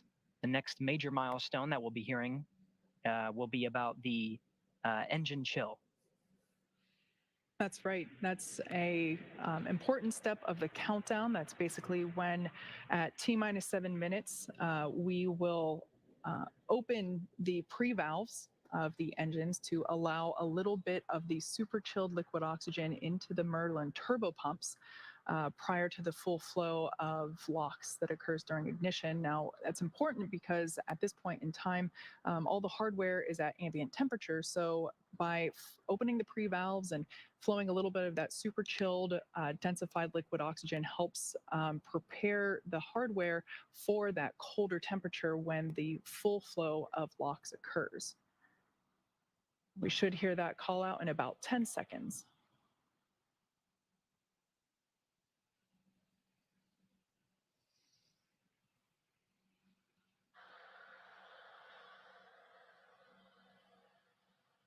Engine chill. And there's that call out indicating that those pre-valves have been opened, and now there's a little bit of that super chilled liquid oxygen flowing through the hardware, basically chilling it out prior to liftoff. That's right. In the meantime, we're tracking fuel on the vehicle. Stage 2 RP1, or the fuel on the second stage, is complete. It's one of the earlier tanks to be completely filled in the countdown. But as we continue to track the fuel loading, the next thing will be the Stage 1 RP load. Complete. That's coming up here in about 15 seconds. Later in the countdown, we'll be tracking the tanks of oxidizer being completely filled. That RP1 load is now complete on the first stage. So at this point in time, all RP1 is now on Falcon 9, both for the first and second stages. LOX load continues, wrapping up at about T-minus 3 minutes for first stage and T-minus 2 minutes for the second stage. Coming up, we'll hear the call for Dragon to... Dragon SpaceX, for awareness, we are seeing a TTEB load issue and are troubleshooting. We are currently still go, but have further evaluation before making a final decision. We'll get you a final read before T0. And SpaceX Dragon comes. That call out there just communicating to the crew that the launch teams are troubleshooting a small issue with TTEB, and they will have some more information for the crew in the next couple of minutes. That TTEB, as I mentioned earlier. Dragon isn't configured for terminal count. And there's that call. Tanks are pressurizing for strong back retract. A lot of information coming through right now, just indicating that that Dragon is now on internal power, and now we are basically preparing to retract the strong back, which is the white structure there to the right of the rocket. We will see the clamps open just under those clamps, just under the Dragon trunk. Those will begin to open, and the strong back will retract away from the vehicle. Yeah, that's right. We'll see those clamps on the top of the structure there, just under the Dragon's trunk, which you can identify by the black solar panels on the left of the base of the capsule itself and to the right. And then the structure itself will lean about 2 degrees, and then it will retract the rest of the way once Dragon actually hits that T0 mark and lifts off. We're seeing those clamps being undone now. The 2 degree lean will be very subtle. and then you'll see it more when we hit that T0 mark. That's right. At liftoff, Falcon 9 will, or excuse me, the TE will actually retract to 45 degrees to clear the way for Falcon 9. That TE is basically what has the umbilicals that attach to the vehicle that provide power, telemetry, and fluids prior to liftoff.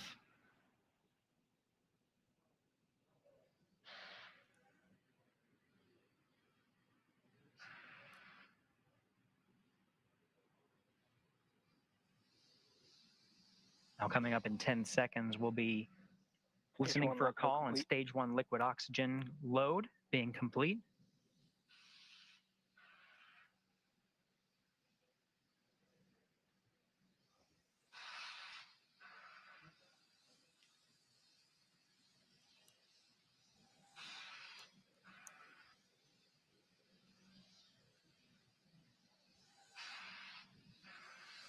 Dragon is in terminal count and on internal power.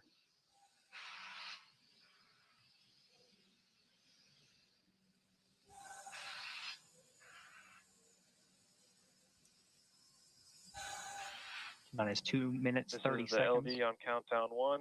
Hold, hold, hold. We are standing down due to a T-tab ground issue.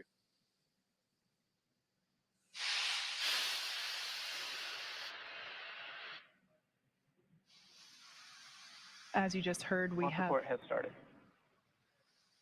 As you just heard, we have a hold tonight due to the T-tab issue that I mentioned prior, and the Dragon SpaceX with that call from LD. You are go to step into 5.100 launch scrub. 5.100 launch scrub. That's in work. As with everything else, we are prepared for all scenarios, including, unfortunately, as we've seen tonight, a scrub. So the teams are now stepping into those procedures. That's right. Again, it was the teams were tracking a ground issue with T-tab. That's the ignition fluid that actually sparks with the oxidizer and allows the engines to fire. The teams were tracking this issue. And so we're in a nominal scrub configuration. We'll start to see sort of a sequence of reversing some of the milestones we've been tracking as part of this countdown until the crew access arm swings back to the side hatch. And so the crew can egress the vehicle as part of a nominal launch scrub.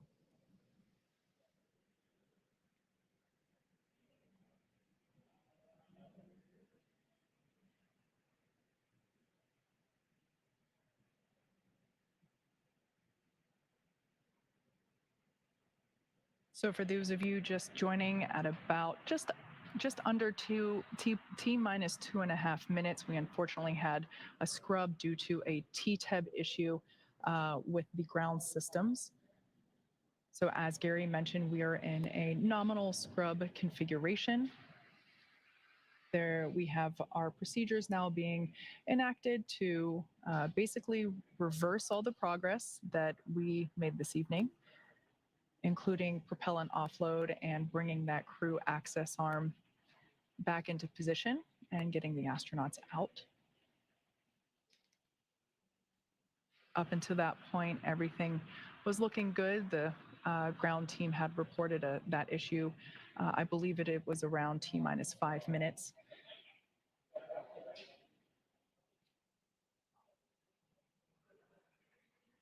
At this point in time, the launch escape system is still armed, with the crew continuing to look comfortable there inside Dragon Endeavour.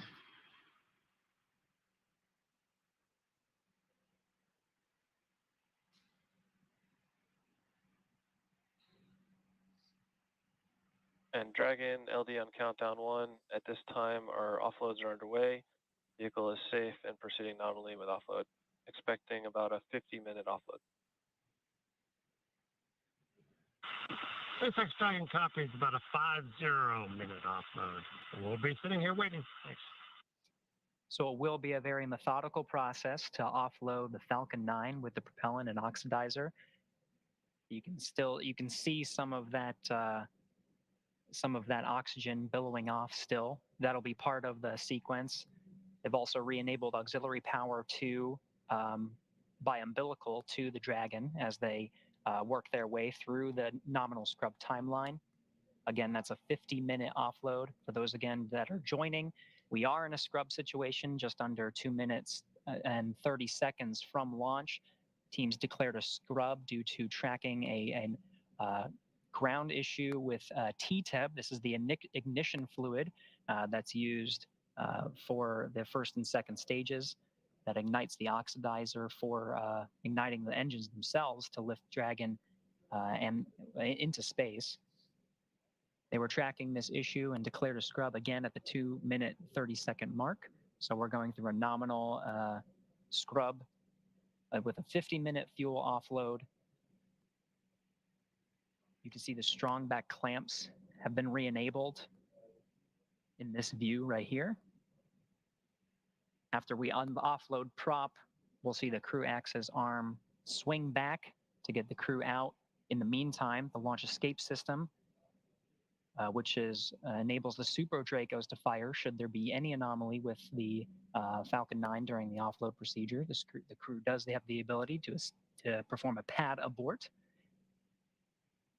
Right now, the ground teams are tracking no issues, everything going according to plan for a nominal scrub.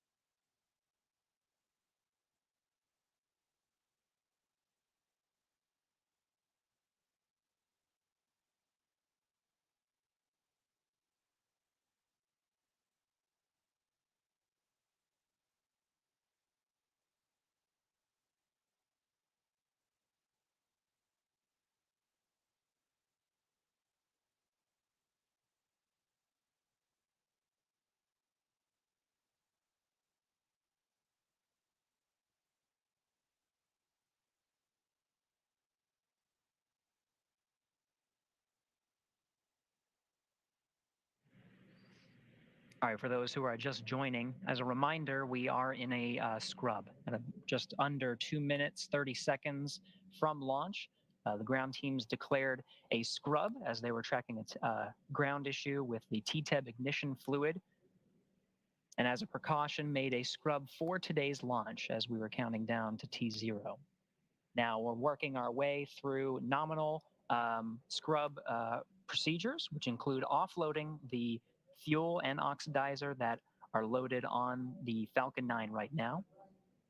You can see we made our way through the countdown to a strong back retract that has been put back into place, and the clamps just under the trunk of Dragon are now in their configuration that they were prior to that part of the countdown.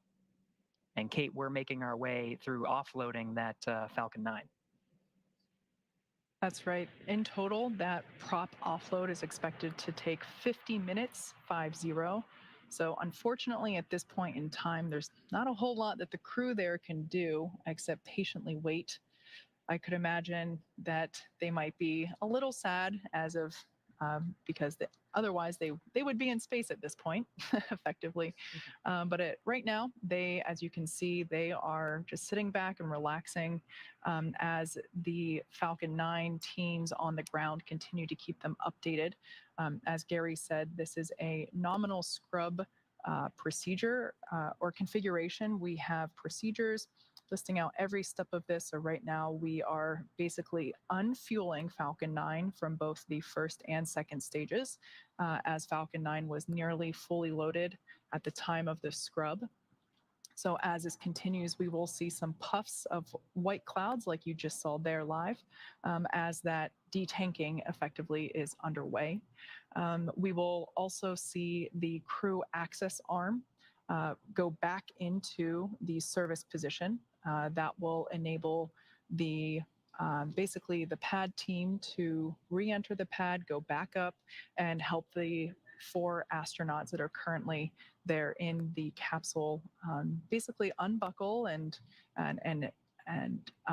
get out of the capsule and make their way back down to the ground. And it is going to be a methodical process. Like you said, Kate, through the fueling that began at T-minus 35 minutes, we made our way quite a bit through the timeline, and those tanks were pretty full. So the ground teams estimated a 50-minute offload of that fuel. In the meantime, the Crew-6 astronauts are in a passive state. They'll be tracking the fuel offloading process and listening to the communications from the ground teams, giving them status updates along the way. But we are in a nominal configuration. In the meantime, they've taken the Dragon Falcon 9 off of internal power and re-enabled auxiliary power back into the vehicle as they continue to go through this process. And like you said, Kate, it'll be a little bit, and then we'll see that crew access arm swing back, and they'll re-access the side hatch. If you were following along on our coverage, they walk down the crew access arm and enter the Dragon through that side hatch. They'll be exiting the same way. In the meantime, through this whole process, the crew and the Dragon itself will remain with the LES, the launch escape system, armed. So if in any event something were to happen as part of the offloading process, they'll be able to escape using the Super Draco engines, the 8 Super Dracos that are on the Dragon. It'll be a pad abort over into the Atlantic Ocean. But for now, all the ground teams are tracking that everything is nominal. The fuel offload is going as planned as part of a normal scrub, and we're just continuing to follow along. That's right. And one thing I want to mention, although this is not what we had hoped to happen today, and while we said that this is a nominal abort configuration, technically the crew and the launch teams have already practiced this very similar scenario. On Thursday, February 23rd, the integrated launch operations teams, along with the astronauts, performed a full dry dress rehearsal, which basically means a total dress rehearsal, including suit up, transporting to the pad, going up the elevators in the crew tower, down the crew access arm, and ingressing into the capsule, and basically doing a full rehearsal of launch day as if it were real, but no propellant involved. So that's why it's called a dry dress rehearsal, because there was no propellant involved. So technically, this is very similar to what they would have done on Thursday in terms of simulating that scrub and basically having the teams go back up into the crew tower and retrieve the astronauts from the capsule. So at this point in time, we are following along with the procedures for this unfortunate scrub, but everything continues to track nominally for this activity. Right now, for those that have recently joined, we had a hold called on the countdown at about T-minus 2.5 minutes. The crew had reported around T-minus 5 minutes, or excuse me, the ground teams the SpaceX ground teams had reported around T-minus 5 minutes an issue with the TTEB, which is basically the stuff that we use to ignite the engines on the first stage. So out of an abundance of caution, the teams called that hold at T-minus 2.5 minutes and then proceeded into nominal off detanking or basically unloading the vehicle with all of its propellants. Given the fact that occurred at T-minus 2.5 minutes, the majority of the propellants were already Dragon on the vehicle. SpaceX with a propellant offload update. SpaceX Dragon, go ahead. Offloads are proceeding nominally, anticipating another half hour until closeout. Understand, looking about a half hour to close out. Copy, thank you. All right, so good news there coming from the ground teams, indicating that we have about 30 minutes left of the propellant offloading. We heard Commander Steve Bowen sounding pretty unbothered by everything. Like I mentioned before, everything is written down in the procedure. They practiced this very similar egress procedure during Thursday night's dry dress rehearsal. So all in all, everything continuing nominally there for these next steps. As I mentioned before, we will see eventually the crew access arms swing back into the service position, and we will have the pad teams re-enter the pad area and basically enable the astronauts to egress.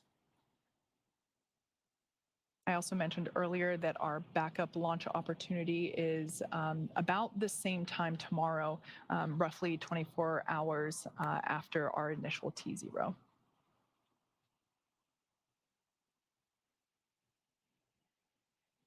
Due to the fact that we were launching the crew that you see there on the right-hand side of your screen, they were headed to the International Space Station. As such, that is down to the very second in terms of catching up to the International Space Station when launching from Kennedy Space Center. So when it comes to crew launches, there's only one shot. And so therefore, due to that scrub that was called at T-minus 2.5 minutes, that was our only opportunity to launch today.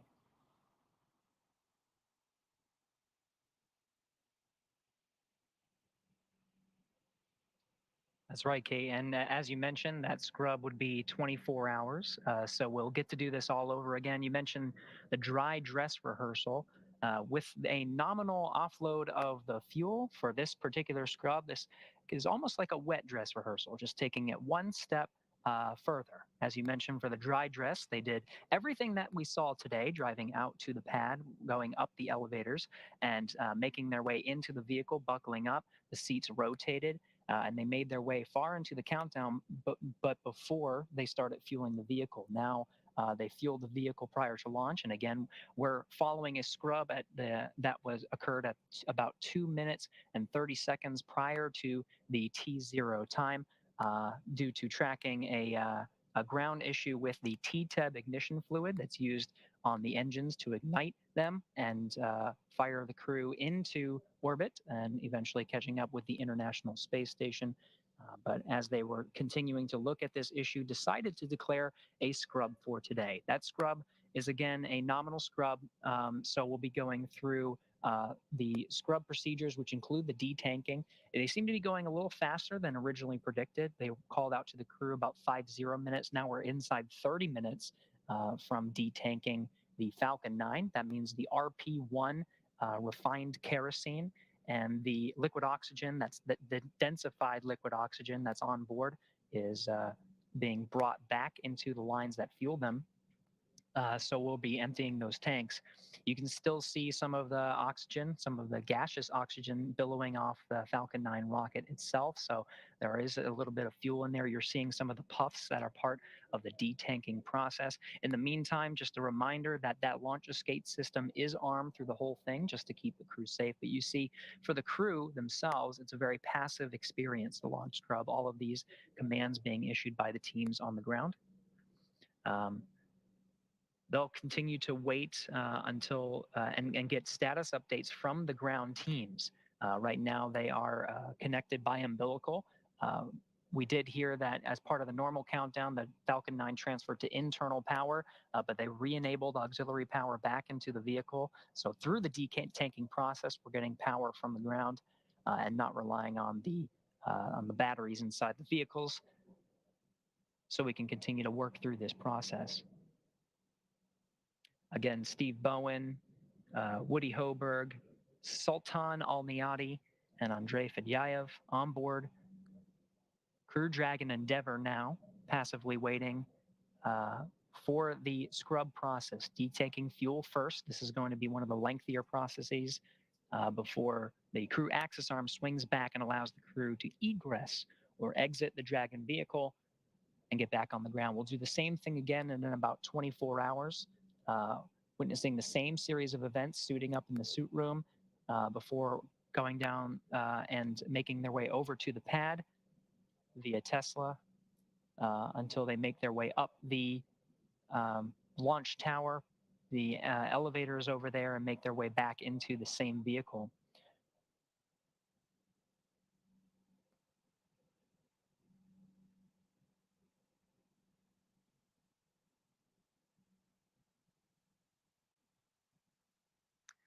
We'll continue to follow along and give you updates as we hear them. Right now, really, it's just the detanking process, which is quite a lengthy process.